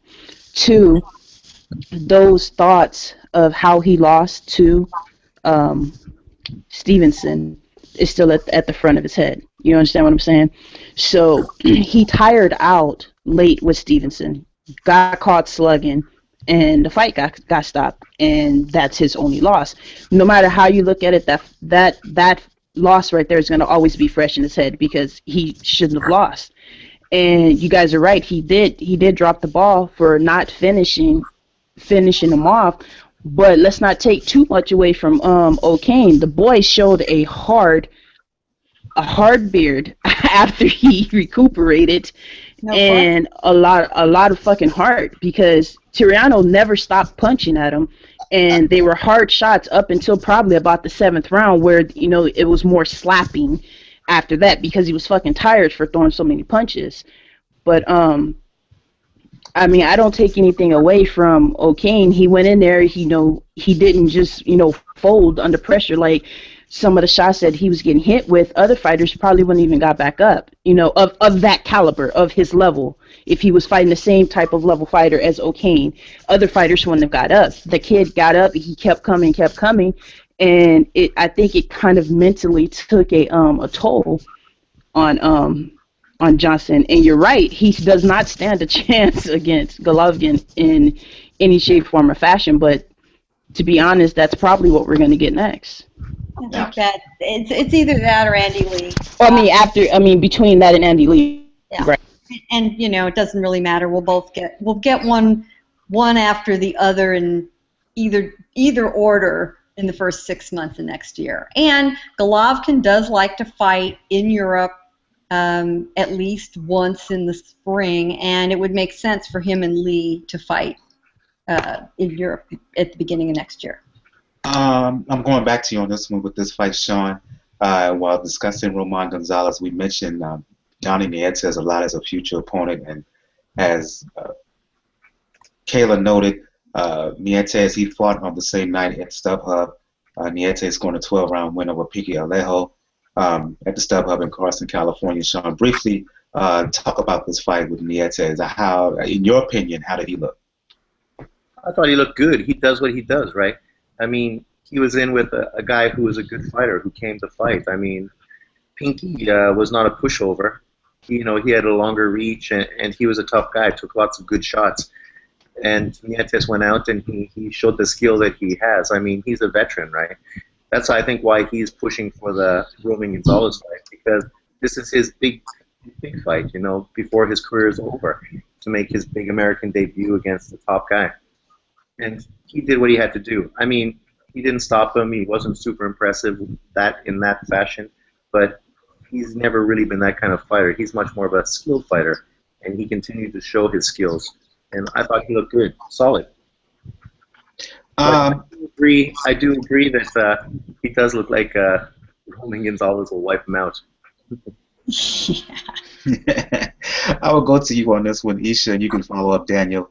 I'm going to rely on you. I didn't actually see this card, the PBC or an NBC card on Saturday because I had to work. So first, Isha, and then you, Daniel, talk about Lamont Peterson and his win over Felix Diaz, as well as the really unfortunate win, Terrell Williams over Prichard Colon. And for those who don't know, Cologne, he was rushed to the hospital after the fight and is presently in a coma after having surgery to relieve pressure on the brain. And let me just say, speak for everybody here, thoughts and prayers to Prichard Colon. But Isha and Daniel, talk about the fights, please. The Peterson fight wasn't really much to talk about. I mean, Peterson came out there, being Peterson. I mean, he started a little faster than what he normally does, because you know how he normally takes off like the first half of the fight and then turns it up at the end with a whole bunch of pressure. Well, he pretty much kept up that pace, but it was just like, it was awkward because the young dude that he was fighting, what's his name, Diaz, Felix Diaz, right, was he was applying some crazy pressure on him, hitting him with some good shots and keeping him turning.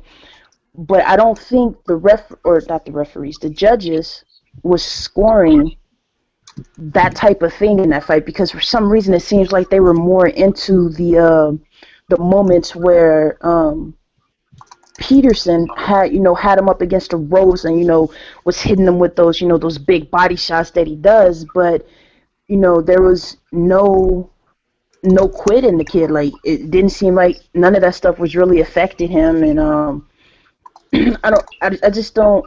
People say it was a gift win for Peterson, but I wouldn't say it was a gift win. It's just a different type of win off of what the judges was maybe looking at, because I personally, it could have went either way. I thought that Diaz won because I thought that his pressure was more effective and he was controlling the fight, to me, for most of the fight. I don't know, Daniel, if you saw it the same way or what. I missed it too, unfortunately. I missed it. I had work to do, unfortunately. But I followed it on Twitter, and it sounded like what you said. Yeah, a lot of people on Twitter even thought that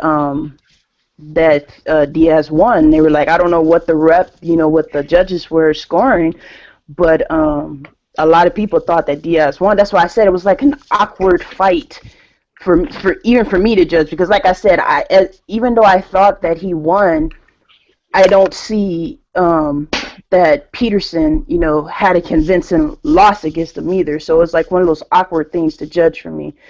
The Prichard fight, that was just an ugly fight overall. Like, I came in at round 5, and it was right when Prichard had intentionally hit what was the other guy's name, Williams, in the nuts. Like, it was a really, really hard nut shot, and it pissed Williams off. So after he got 3 or 4 minutes, of walking around in his corner, he was talking shit. He did this little move with the glove across his his neck. It's like basically saying, "You're done, boy, you're done."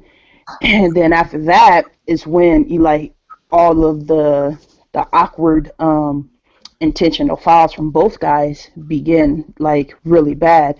I honestly think the fight should have been just a disqualification for both guys, because you had Williams punching Prichard in the back of the head like every chance he got, and then Prichard was, hitting him with low blows beneath the belt, and it just pretty much went back and forth like that the majority of the time.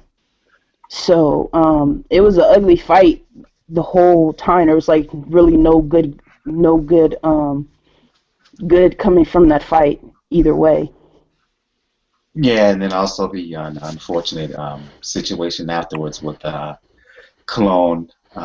Again, after the fight, passing out in the locker room, and right now, as I said earlier, he's in the hospital in Virginia right now, critical condition. He had to again have surgery to relieve pressure and blood from bleeding from the brain. So again, thoughts and well wishes to the recovery of Prichard Colon. I want to get into a couple of news notes that happened during this week. First and foremost, as everybody knows, earlier this year, Bob Arum filed a lawsuit against Al Haymon. The $100 million lawsuit that Arum filed against Haymon was kind of dealt a blow when I think Judge John Walker dismissed the antitrust claims, which is one of the main parts of the lawsuit. He dismissed them on Friday. I'll just open this up for everybody here. I never really thought this lawsuit from Haymon was going to go anywhere. From Arum was going to go anywhere from Haymon, because in reading the original documents, there was no there. There was no smoking gun as far as I was concerned to say, "Ooh, I got him." I never saw anything that was like, "Got him." And I'll just open it up for everybody. Your thoughts on the news developments that went down Friday. And this is for anybody can chime in. Yeah, these are really hard cases to prove, because you're not going to find a paper trail. You're not going to find anybody to testify to any secret cabal or backdoor meetings. It's all circumstantial. It's all if it looks like a duck and walks like a duck and quacks like a duck, everyone assumes Al Haymon's doing his thing. A courtroom, regardless of what we think or what we believe we know about Al Haymon and his control of the boxing universe, a court is going to look for something very different, tracing back business dealings, and it's very, very the standard would be nearly impossible to apply in this case. So, not surprised. Anybody else want to comment? Legally, it's not surprising. Yeah, Gail said legally it's not surprising. Antitrust is very, very hard to prove in this situation. But the whole lawsuit luckily didn't get dismissed, luckily. But it basically just turned it into, I think to me, like what the Golden Boy lawsuit is. Basically, it's just relying on the court to see that Haymon is violating the Ali Act. And that's a little bit more circumstantial, because Haymon has the cover of Lou DiBella and the other promoters to say that, no, I'm not doing that. But it makes it a lot harder for Arum and for De La Hoya, in the separate lawsuit, to go forward to what they want to do to Haymon. Isha, Kayla, Sean, you got any comments? Any thoughts, I should say? I don't do boxing politics. I just like to watch people get punched in the face, man. Yeah, I'm pretty much with that. I mean, as far as Al Haymon goes, I have my opinions about him and the way he operates. But at the end of the day, it's hard to say. Because at times you can tell the dude is definitely tricking, and then at times it's he's put on good fights on PBC. There have been some. So I don't want to complain too much. I'm not his biggest fan, and the lawsuit doesn't surprise me at all. But at the end of the day, I like to just worry about the fights. That's all. I'm just happy Chocolatito's not with him. Nah.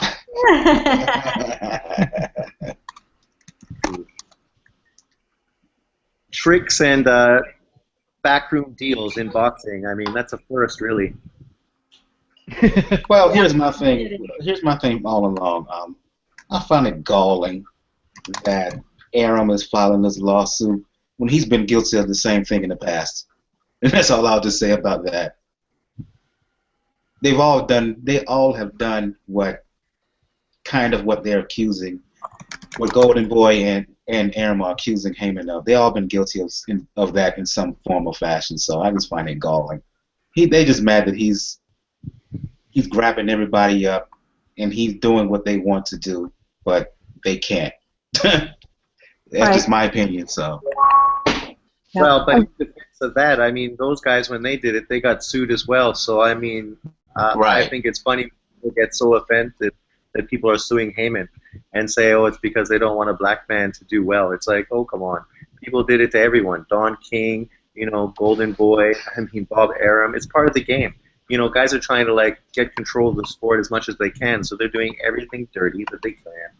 And guys are calling them on it, and they're all lawyers. So they're all like going through everything that they can to make it difficult to throw roadblocks to the other guy. So that's why. I mean, there's not much point talking about it because it's just something that always goes on in boxing. Business is business. Yeah. I have a quick question. Go ahead. Is there any chance that that Golovkin will get a chance to fight Chavez Jr.? Please no. Oh, for God's No. sake. Ma'am. Are you trolling us? You couldn't eat his way to that fight. That was my Chavez troll for the week. Thank you. Cut that woman's mic off. I'm glad you muted yourself because I was going to mute you for that. Thank you, everybody. Because that was unnecessary. No. Another story here when Antonio Tarver fought Latif Coyote. He tested positive for, I want to say, stanozol, banned PED. Well, news broke again that Tarver has tested positive for a PED. It's come out that he tested positive for a synthetic testosterone leading up to his bout against Steve Cunningham back in August 14th, I believe it was. The fight was a draw, ugly fight. Not even worth mentioning the results or whatever, but still. Really horrible fight. Yeah, but I just ask anybody want to chime in. Tarver, he claims that he did not test positive, that he was clean going into the fight. But once again, another case for a boxer being surrounded in troubles with PEDs. What the hell? Another boxer surrounded with PEDs from the same camp. Things that make you say, But it's Tarver. Every time he speaks, if for some reason I just hear Bill Clinton saying I didn't inhale. So he's dirty. We all know it. So I don't even see the point of him trying to dispute it. Just be a man. Yep, I took it. Whatever. I fought. Whatever. I don't know. I mean, the fight. I don't even understand why you needed for the fight that you fought because it didn't help you at all. All you did was make my eyes bleed. Give me a horrible experience at one of my first fights, live fights. It was one of the ones I experienced. So I just want to punch him in his milk dud ass head now. Now the fight's gonna be a no draw, and I can't erase it from my brain. So yeah, thanks Tarver. Thanks, buddy. Yeah, that sure hell didn't help us. It didn't help his physique. Yeah. I mean, he was in there extra jiggly.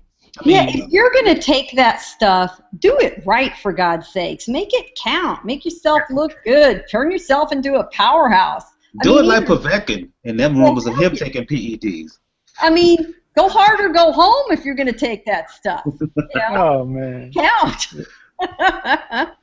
You don't take it. Make yourself look like Povetkin. What they claiming, how he's looking now. He's looking like a beast now.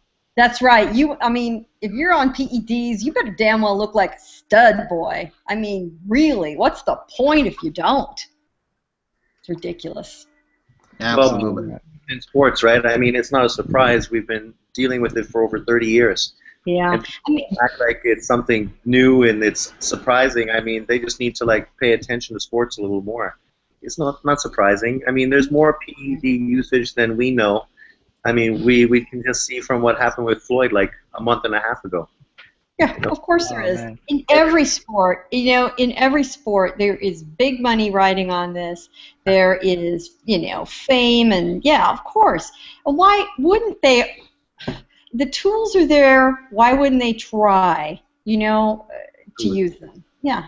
Yeah. If someone said to you, you could do something illegal, and chances are 80-20 in your favor that you won't get caught, and you could make a very nice fortune out of it, millions of dollars. I don't think there would be a whole lot of people who would be able to say no to that. So I think one of these days, sport in general is going to simply have to decide what level of that do we wish to tolerate, because it is happening. So do you want to just simply finally admit it's going on openly and then regulate it so everybody is at least on an even playing field instead of pretending it's not really happening except for a few that you catch? Come on, folks. Yeah, it's only bad if you get caught. That's the whole theory behind the situation. Yeah. I don't know. I love the idea that we could clean it up, but it's just not going to happen. Well, what happens when you clean it up? Caught. True. What happens when you clean it up? You may have a less boring sport, unfortunately. I was exactly about to say that. What happens is when you start cleaning it up, people stop getting KOs. There you go. Well, maybe. But now, people should mention this. Like I said, this just is another black eye to USADA in whole. Yeah. Because this is not that far removed from the Hauser report, and to have them do this again is just adding insult to injury. And quite frankly, with Tarver, like I say, once it's an accident, two is a habit. That's right. Exactly. Just like crack. And we all know crack is whack. That's your public service announcement, boys and girls, from the Pound for Pound Boxing Report. From 1985. Michael, you wanted to say something about the Fonfara cleverly bouts before we ended. Yeah, thanks for reminding me. I'll just open it up. Sorry. I'll go to you. I'll go to you on this one, Caleb. You saw the fight. Andres Fonfara, Nathan Cleverly fought last week, Friday, I believe. Better fight than I thought. I thought Fonfara would kind of blow Cleverly out there, but Cleverly, he fought a damn good fight. He was there because he was competitive all night. I liked the little tricks he was doing in there with the ring, showboating a little bit. But Fonfara was just too consistent overall. He got the decision. Your thoughts on it? Very good fight as far as I'm concerned, Caleb. A very good fight, but Cleverly gets hit entirely too much. So does Fonfara, but I think out of the two, Fonfara definitely is the better one. I think Fonfara, I think he flies under the radar, even after the Chavez win. I think he's actually pretty decent, to be honest. I think he can compete with some of the best up there. Well, I wouldn't be surprised if he got a rematch with Stevenson. Now that we know that Kovalev is going to fight Pascal again, I wouldn't be surprised if he got a rematch. If Fonfara got a rematch with Stevenson. I'll just go around. Anybody else want to talk about the Cleverly and Fonfara win? Good competitive fight. I agree. I like Fonfara a lot. A fight like that can be, again, going back to the beginning of our show tonight, it can be a good development in a fighter's career to have a fight like that, put those rounds in, test himself, not blow it out. That kind of ring mileage can be extremely valuable, and I would look forward to seeing a rematch. And I think that at this point, there's a whole lot of us that be rooting Fonfara on. We're just done with Adonis Stevenson. We're just done with him. I'm not done with him, but they just need to find a way to cut through the bullshit and make that fight. I'm done with his bullshit, and I'm done with him. I'm done. I've lost a lot of. I've unfortunately lost a lot of respect for him. And Fonfara got the job done earlier this year against someone who deserved it. I'd like to see him do it again. Oh man! And notice I didn't name names. Okay, I didn't name names. Daniel, Isha, Sean, your thoughts on the fight? On the Cleverly Fonfara fight? Anyone here surprised that Cleverly was more technical in this fight? Because he has better technical skills than Fonfara, that he just went straight to the phone booth? After the first couple rounds, yeah, that's true. And that's sort of how I feel. Yeah, that was the better part for me. Like, I cleverly negated his advantages that he could have used for Fonfara, and it turned out to be a really good fight. It looked back and forth. Like, any way you can score it, you can see giving it close to cleverly. I see people that can say cleverly won. I can see that. I can see people saying Fonfara won. I personally think Fonfara won. But it just speaks to, first of all, the underrated value of Fonfara. Because it's true, Gail. Like, he's flying a little bit under the radar, especially after almost knocking out Stevenson. And frankly, I think he's probably the best thing that Haymon has right now, at least from a ground level perspective. Wow, even better than Thurman? Yeah, I was going to say. Well, Whoa. Because I need an explanation for that. Well, let me make my case. Make your case. Make your case. Unfortunately, with Thurman, as much as I like Thurman, the opponents that he's faced, unfortunately, made him regress a little bit. And like Fonfara at least has kept it steady, and they put him actually in a good location, Chicago, where there's a lot of Polish people. So you know they're gonna have a really lively crowd for him. Yep. That can change if Thurman beats the crap out of Sean Porter, which I can see happening. I think he will. It'll be ugly. Yeah. Yeah, but right now, like, as far as like from a ground level, to me, Fonfara is probably the best thing that Haymon has right now. At least the most consistent thing, because he's won fights and he's won them in a good fashion where you can't contest it. You can't say, "Oh, the other guy got jobbed." Right. And frankly, I just like the fact that he beat the crap out of Chavez Jr. Well, everybody loves him for that. He's everyone's favorite for that. That was my happiest ringside event of the entire year. I got a troll question. Question. Complete side note. What are you more excited about? Chavez Jr. returning to the ring or Victor Ortiz returning to the ring in December? Oh my God. Yo, can anybody mute him, or does he only have the? That's some bullshit. You know what? That's called payback, Isha. That's called payback. Hey, I hear you. That was brilliant. I gotta hand it to you, Alice. That was brilliant. Oh man. I tell you guys what, I blame Fonfara for the Stevenson bullshit. Because of how he handled Stevenson, I think that put some fear in that camp, and that's probably why we're not seeing him fight that whole Kovalov thing right now. Because you see, Fonfara doesn't hit as hard as Kovalov, and Stevenson got dropped by him. So, yep, I'm gonna stick my blame on Fonfara. Everybody else is praising him right now, so I'm gonna be the anti-Fara right now. All right. One more news note. Andre Ward signed a 3-fight deal with HBO. Oh, God. I'm muting my mic. See, here you go. There you go. And it seems like all roads are leading now to a fight between Ward and Sergey Kovalev in the fall. Unlike Isha, I think this is a good move for Ward. Ward is set to return to the ring in November on the Cotto-Canelo undercard. Your thoughts on this new deal with Ward and HBO and what it eventually will lead up to? Anybody can chime in. First smart move Ward's made in some time. Really, really smart. He needs to get in the ring. He needs the HBO machine behind him. And, you know, he and Kovalev are a super fight for HBO and for both of them.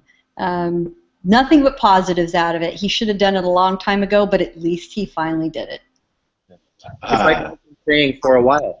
I mean, both these guys, the road leads to one another. Who can Ward fight at 168? It's all Haymon fighters. And who can Kovalev fight at 175? It's all Kovalev fighters.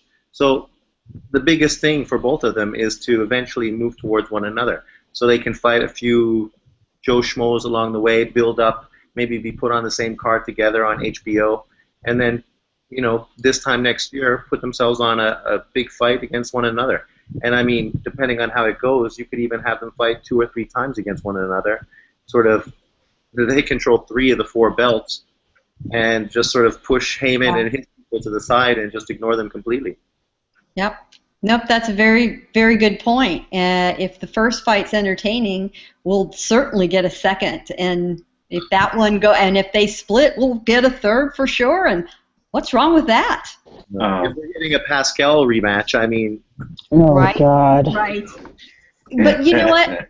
All right, and there are probably a lot of people groaning and bitching along with you, thinking, "Oh God, Pascal, Kovalev." What other options do they have? You know, it really is the best option. And let me say this: Kovalev could fight the Cuban fighter, Gonzalez. Yeah, Or- Gonzalez, yes, he could. Or Pascal can rematch. Whichever one. Here's what I like about it. At least Kovalev is making sure he's getting back in the ring and back in front of the fans. Yeah. This weekend, we're going to see Terence Crawford for the first time in months. This has been a huge mistake for Crawford to stay out of the ring. He was Fighter of the Year last year, and it's been crickets. You know, I would rather see him in there against, you know, perhaps a slightly disappointing or inferior matchup. Kovalev, you know, to his credit, he keeps getting back in there. He keeps showing up. He got a roaring ovation when he was shown in the crowd at Madison Square Garden.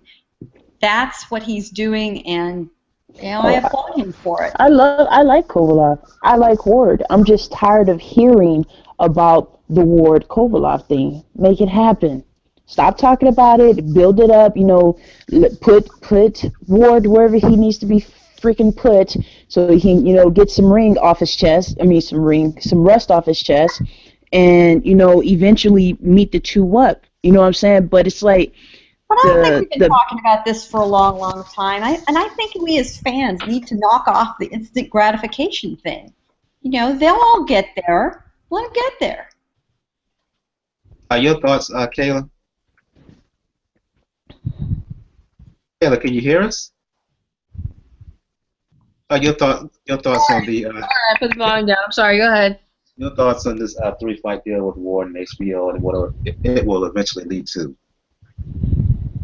Honestly, I see it as like their basic. I mean, HBO seems to love Ward, but I see it as like basically their last offering to him. It's like, dude, if you can't pull it together and get back in the ring and be consistent after this, there's nothing else we could really do for you. You know, with Rock Nation, you know, he was on the BET thing, and I'm sure that really got into play. Because I sure as hell wasn't tuning into BET to watch that. That was to get black folks to watch him. Introducing the black folks. Did they ever report how many numbers it did? I don't know. I didn't read any numbers. So. I guess that was my only thing. That's the only thing I can come up with. That was to get the black audience, because let's face it, most black folks who watch boxing, a lot of them know about Floyd, and that's it. He's here to stay. That's true. No, BET has an excellent audience overall for cable. That night it was horrible. It was like 150,000 households. That's pretty bad. For free. Ugh. That was a bad night. But there was another big fight that night, so it was up against some heavy competition. Was that the night of Ndam Lemieux, maybe? I can't remember, but I know it was. Yeah, it was. Okay. Yeah. And then that was also the night of Porter Broner. So you know, right now, yeah, you're right. Really big. That was in June. It was a really tough night. So you know, he was the one that got the short end of the stick. Andre Ward needs to make the best of the 3-fight deal. He needs to stop playing, stop being pound for pound ring announcer, and to start fighting. Because for all I know, you know, this whole rating him off his talent thing, it's only gonna work, but for so much longer. He's got till about one more fight to sit here and pull that, and then it's not going to work no more. A lot of people are already tired of him. I think Andre Ward is talented, but I can't believe in you any more than you believe in yourself, dude. So, you know, you either got to go out there and do what you got to do and fight, or just be quiet. Stop popping other fighters' names in your mouth to sit here and stay relevant. Stop. You know, because truth is, Andre Ward, as talented as Andre Ward is, he doesn't really have a fan base. I mean, doesn't he? Does he even sell out Oakland? Correct me if I'm wrong here. He does good numbers in Oakland. He does good numbers. There's no sellout though. Yeah, and he talking about he wants pay-per-view. Nobody's paying. If nobody was going to pay full pay-per-view, great pay-per-view numbers to watch Golovkin, who is 10 times more exciting than Andre Ward, They're not doing that for Andre Ward. So this ego, I don't know where he got it from, but it's gotta go. It's gotta go. Let's fight for his rematch. Another Australian stripper. Oh my God. And with that, I'm gonna move on and start talking about this week because I'm not going there. It starts to shut the show down. Let's talk about the fights coming up this weekend. The main fight I want to focus on is Terence Crawford coming back into the ring. Crawford is on a real roll, fighting Dierry Jean in Omaha Saturday night. Look, Dierry Jean is a solid guy, but I just think that Crawford is just a level above in terms of talent. I think he will win by stoppage anywhere between 8 and 10 rounds. And I'll just go across the panel here. Your thoughts on Terence Crawford and Dierry Jean? Anybody can chime in. Like you were saying before, I mean, it's good that, or like Gail was saying, it's good that finally he's getting in the ring. I mean, the key for him is to build on his brand by staying active. You know, follow the GGG model. It's fine to fight guys like John. Nobody's going to build him up like he's the next big thing. He's going to, like, be the guy who's going to beat Crawford. But if you're staying busy and fighting guys like John for 3 or 4 times a year, staying relevant, that's what he needs to do. You know, being away for so long after his big momentum that he had behind him, and then he sort of lost a lot of that. And then people are going to say, you know, Manny Pacquiao should have fought him. You know, that's a fight that could possibly happen down the road. But, I mean, at this point, I mean, Crawford needs to sell himself. He needs to build his brand. He needs to become somebody that casual fans and normal boxing fans talk to. You know, lots of people talk about how he's pound for pound, but who has he beat? Legitimately. I mean, he hasn't beat a top-quality fighter from his weight class. I mean, Gamboa is a 130 fighter who he beat. And Gamboa gave him a tough fight, which is why it was such a great fight. Because, I mean, you know, the first 3 rounds, Gamboa was kicking his ass, and then he adjusted and used his tools and stopped him. Or Gamboa's first time that he lost and first time he's been stopped. But who else has he fought, especially like a legitimate fighter? At 140 now, that division is stacked full of skilled, tough fighters. Postall, E-Man, I mean, Francis Bartholomew, who's fighting at 135 to get the belt, but from what I've heard, he's a 140 fighter. I think he just figured he would get that belt on his way to 140. But those guys are all tough, slick fighters, long reaches, and not easy pushover guys. And, I mean, they're all tough fights for Crawford. He needs to get in there and fight good fighters.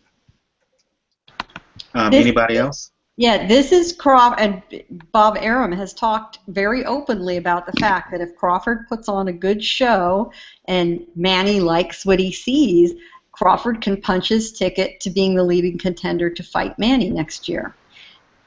I don't know if that's what he really wants to do other than the money. It's a great money fight for him, but yeah, it's a great money fight. So that's what he's in there to do, is put on a show. You know, John's record is, you know, very respectable. He's 21-1 with 20 knockouts. They're going to be in Omaha, which has turned out to be a great fight town. They turn out in droves to see Crawford. You know, Crawford just needs to put on a big enough show to put himself ahead in the hunt to fight Pacquiao. You know, Amir Khan's, I'm sure, still in the mix. I mean, depending on what kind of show Timothy Bradley puts on, you know, he's circling around out there too. So, you know, we'll see what happens. I think these cards are all going to sort themselves out here from the deck, you know, in the next couple of months before the year's over. But yeah, that 140 division is just full of talent, and there are guys, you know, lurking in the divisions just underneath that, you know, they're going to potentially be at 140 someday themselves. You're going to see Vasyl Lomachenko on the undercard, so we'll see what happens. Kayla, Isha, Daniel, your thoughts on this bout with Crawford and Dierry Jean? I'm kind of into thinking the same thing like Sean, that this is just going to be a showcase for Crawford.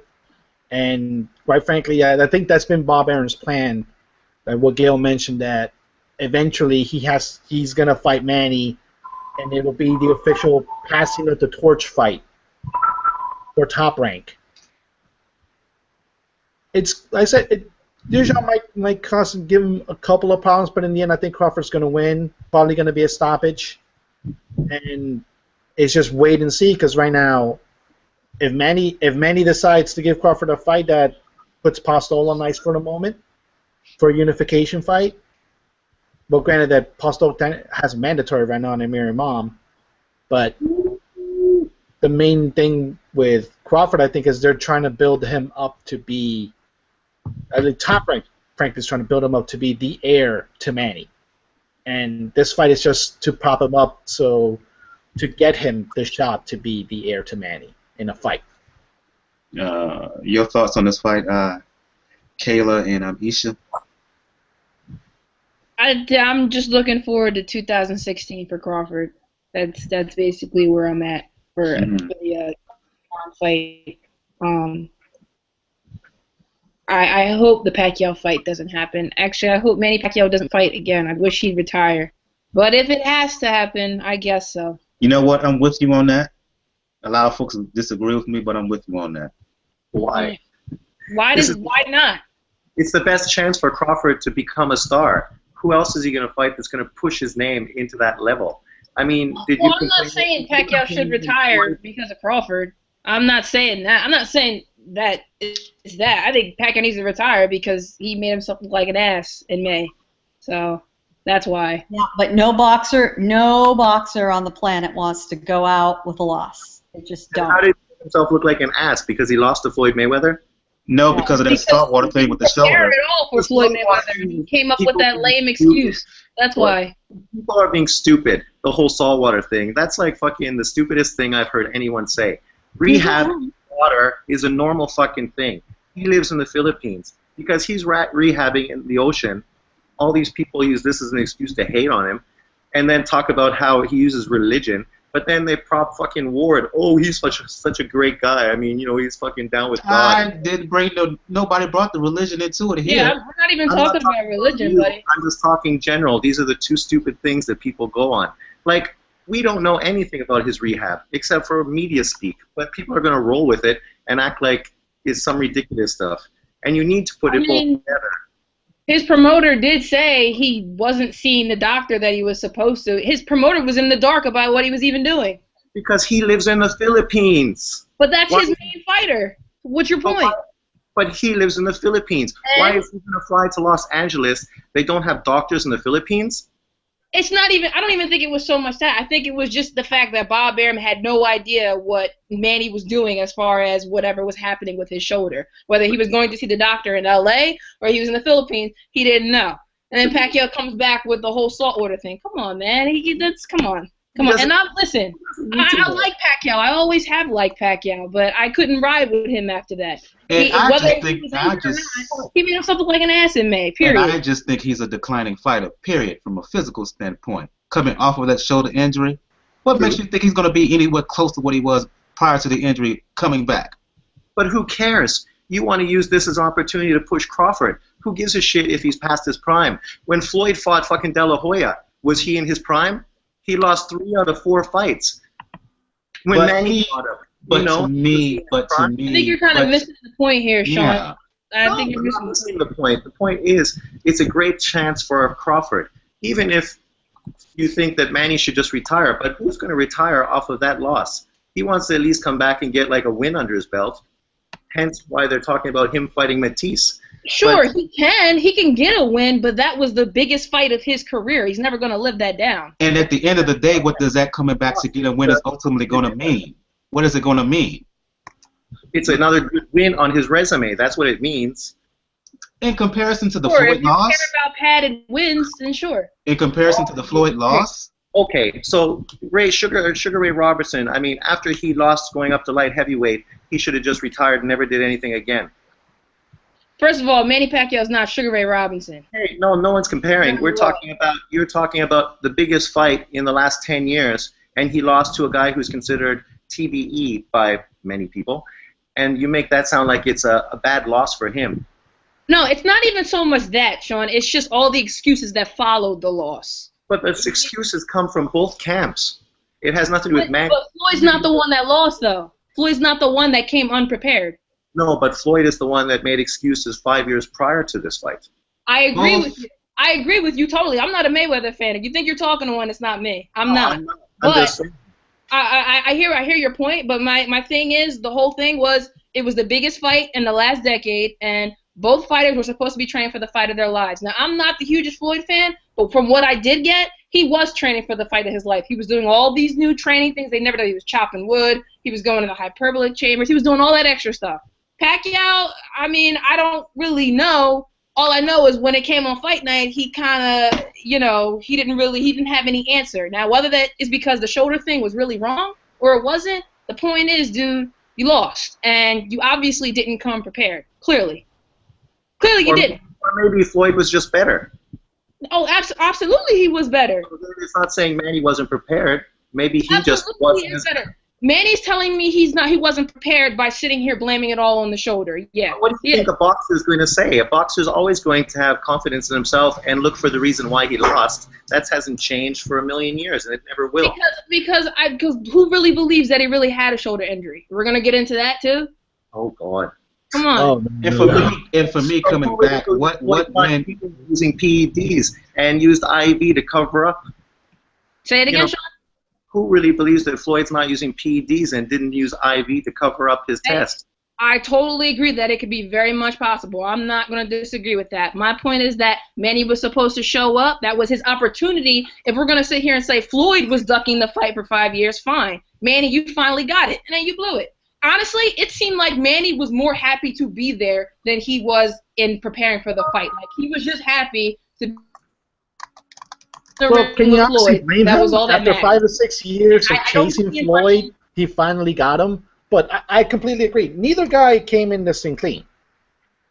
Neither guy came in this clean, but I will agree with you. I will agree with Luna that it irked me the way Manny came out with excuses after the effect when in the end of the day I think it was just Floyd did what Floyd does to every single fighter. He takes away their greatest strength and that makes you fight his fight. That's why I don't understand the complaints. Fighters are always going to make excuses. And for me, what can Manny to talk themselves into getting back in the ring? And what can Manny accomplish? It's a ridiculous excuse to have for the biggest fight of the last 10 years and the biggest fight of his career. And ultimately, at the end of the day, for me, was ducking him. It was ridiculous. Period. And what can Manny accomplish post Floyd that can be any bigger than anything that he accomplished pre-Floyd? So the question is, why proceed to fight? Why proceed to go on? You can't accomplish anything better. You've done it all. You've done it all except for beating Floyd. You're not going to accomplish nearly that post Floyd. And let's be honest, Manny's not really fully into boxing like he was. He's a congressman in the Philippines now. The hunger's not there. Honest, He's fighting killer. just to have revenue to fund his campaigns. Please, he's not Manny is not the killer anymore. He's not. But that hasn't been the same for like 3 years or longer. Exactly. And no one complained before. Oh, I mean, I've been complaining about that since the Mosley bout. Oh, I was complaining. Since the Mosley bout, everybody know he had been the killer. But you weren't pushing for him to fight Floyd? Oh, no, I wanted the Floyd fight to happen, but, it was kind of like, honestly, after the Marquez loss, I was like, all right, it's time for Manny to go. Because when that Marquez KO loss happened, there were rumors that he wasn't even really training for real. And remember, Sean, you're talking to the same guy who was kind of indifferent because of all the build-up and all the disappointment. Yeah, I want the fight would happen, but I would have been happy if the fight didn't happen because, we've been disappointed so many times, A. B, there are other fighters out there who could add the welterweight division. Let them have their shot. Remember, I said that. But that's my point. This is a great shot for Crawford, and it's a good way to push him into elite status. And even if it's the end of the road for Manny, it's fine. These are good fights he can put on his resume. You can piggyback like a young guy off of him and propel him into superstar status like Crawford deserves and like lots of fighters have done in the past. So I don't understand why there's a point of hating on Manny based on making excuses and saying if he wanted to retire, that's fine. I mean, he did lose and there's nothing else for him to achieve and he's going to be a senator. But he still can make money. He's still marketable and it's still a good opportunity for young fighters to use him as a way to propel themselves forward. And years from now, we're going to look at fights with Crawford and Lucas, and they're quality fights. and that's all we're going to see. And that he lost to Floyd, and all this hyperbole and everything else that followed it isn't going to mean anything. They're going to say, okay, the better guy won. You know, it came a little lot later than we hoped, but I mean, nonetheless, I mean, the two best guys got in there. Good. It would be against Berto, and Manny went on, had a couple good fights with good young fighters. Crawford went on to be a superstar. It would be better for Pacquiao to leave the game following a big mega fight loss to Floyd than it would be for essentially him being used as a stepping stone for Crawford to raise him up. Exactly. But it's not a stepping stone because no one says Crawford is necessarily going to beat him. But if Crawford wins, it's going to be viewed as a stepping stone. It is. And Sean, I understand why you want Pacquiao to see. Like, I get it. I understand why your point is. But in my opinion, I think Terence Crawford is going to be a star with or without Manny Pacquiao. Because, as you said, there are other big fighters at 140 and 147 for Crawford to push him up to that level. You have no names and no marketability. They're in the same position Crawford's in. Yeah. Not one of them is marketable. Not one of them. I get it. I get why you're saying that. Not yet. To Sean's point, though, no fighter in that class right now, other than Floyd, can do that faster for Crawford than Manny. I get it. But at the end of the day, do you want to see Manny be reduced to that? That's my point. That's my point. I agree. I would rather not. Reduced to what? I think he could still beat him, and it would be a great fight regardless. He's a better fighter than Gamboa. We will see. Well, I still don't think Manny Pacquiao is going to be the same post the surgery and all that than he was pre. I just don't. Not at this age, no. And after all the fights he's accumulated and the wars, no. No way. If it makes money, it makes sense. John's looking at it from a marketable thing, and it makes sense why he's saying it. It's just on a personal level, who really wants to see Manny fight anymore, you know? I'm with you there, Luna. I'm with you there. Just all I ask is that we don't get to see Mayweather Pacquiao 2 again. Please, no. No. Yes, I agree. You know what? Don't be surprised. Don't try. No. Mayweather would beat him. Mayweather would beat him again, and probably he'd beat him more. No. Yes, he would. But the MGM's got a big, fancy new arena to open up next year, and they build seats, and they want to open it up in style. Look, everyone knows Floyd is not retired. Give me a break. Yep, count on it. You heard it here first. It's gonna happen. I agree. That's why I'm hoping for a Crawford fight instead. Yeah, right. By default, I'd much rather see him fight Crawford than Floyd. Yeah, I'm with you. Okay. Well, if we're going to make up fantasy fights for the opening of the MGM, let's make it Wilder Klitschko. Let's make it the heavyweights at least. There you go. Well, I'd be fine with that. But Klitschko's going to lose to Fury. So I guess Fury against Wilder. Well, Fury versus Wilder, the press conferences will be insane. That's DVR material. The British guys will be all over it. I'm still waiting for Wilder Chris Areola. It's coming soon. It's coming. You know it is. Nah. I think we're done. Yeah, I think we're going to shut right down on that note. And let me just say, for those who might be commenting later, particularly on YouTube, Sean, we wasn't going at it because we were angry at each other, as some might say, post-show. It's just a passionate debate here. That's all it is. Just boxing geeks having a passionate debate here. Sean has his points.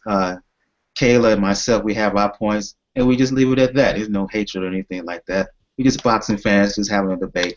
The game of competitive banter, if you will. So, and I think on that note, I'm gonna go around the panel here, and let the folks know where they can find you and whatnot. Daniel Carpio, I'm sorry if I'm pronouncing your name wrong, your last name wrong, but Daniel Carpio, if folks want to talk boxing or anything else, let the folks know where they can find you. Well, I do. I have a Twitter account. It's at Raucus99. I am gonna do a little bit more work for the Inscriber magazine when it comes to boxing, but I also do more things with basketball. And I also have like a little mini podcast going on. Like it's inadvertently, but with the folks at You Fallen for Boxing News, Joe and Francis, we do the same thing as you guys over here. We talk about boxing topics. We look at the news and we give our perspectives. Um, absolutely, absolutely. Thanks for joining us. Thanks for joining us, and I hope to have you on again. Isha, she had to bounce. For those, and I'll just give the information now for her. For the folks who want to talk boxing or anything else with her, you can follow her on Twitter at Kizel. That's KAYEZEL 25. The boxing casual fan. So you can check her out there if you want to talk boxing or anything else. Gail Falkenthaler Communities Digital News for folks who want to talk boxing or anything else. Game of Thrones, Tour de France, Dancing with the Stars. Let the Dog folks know where shows. Yeah. right. Let the folks know where they can hit you up. I write for Communities Digital News, an online news site out of Washington, D.C., although I'm based in Southern California, and we are COM with two M's, Digi, D-I-G-I News. So COMMDIGI News.com is where all my columns appear.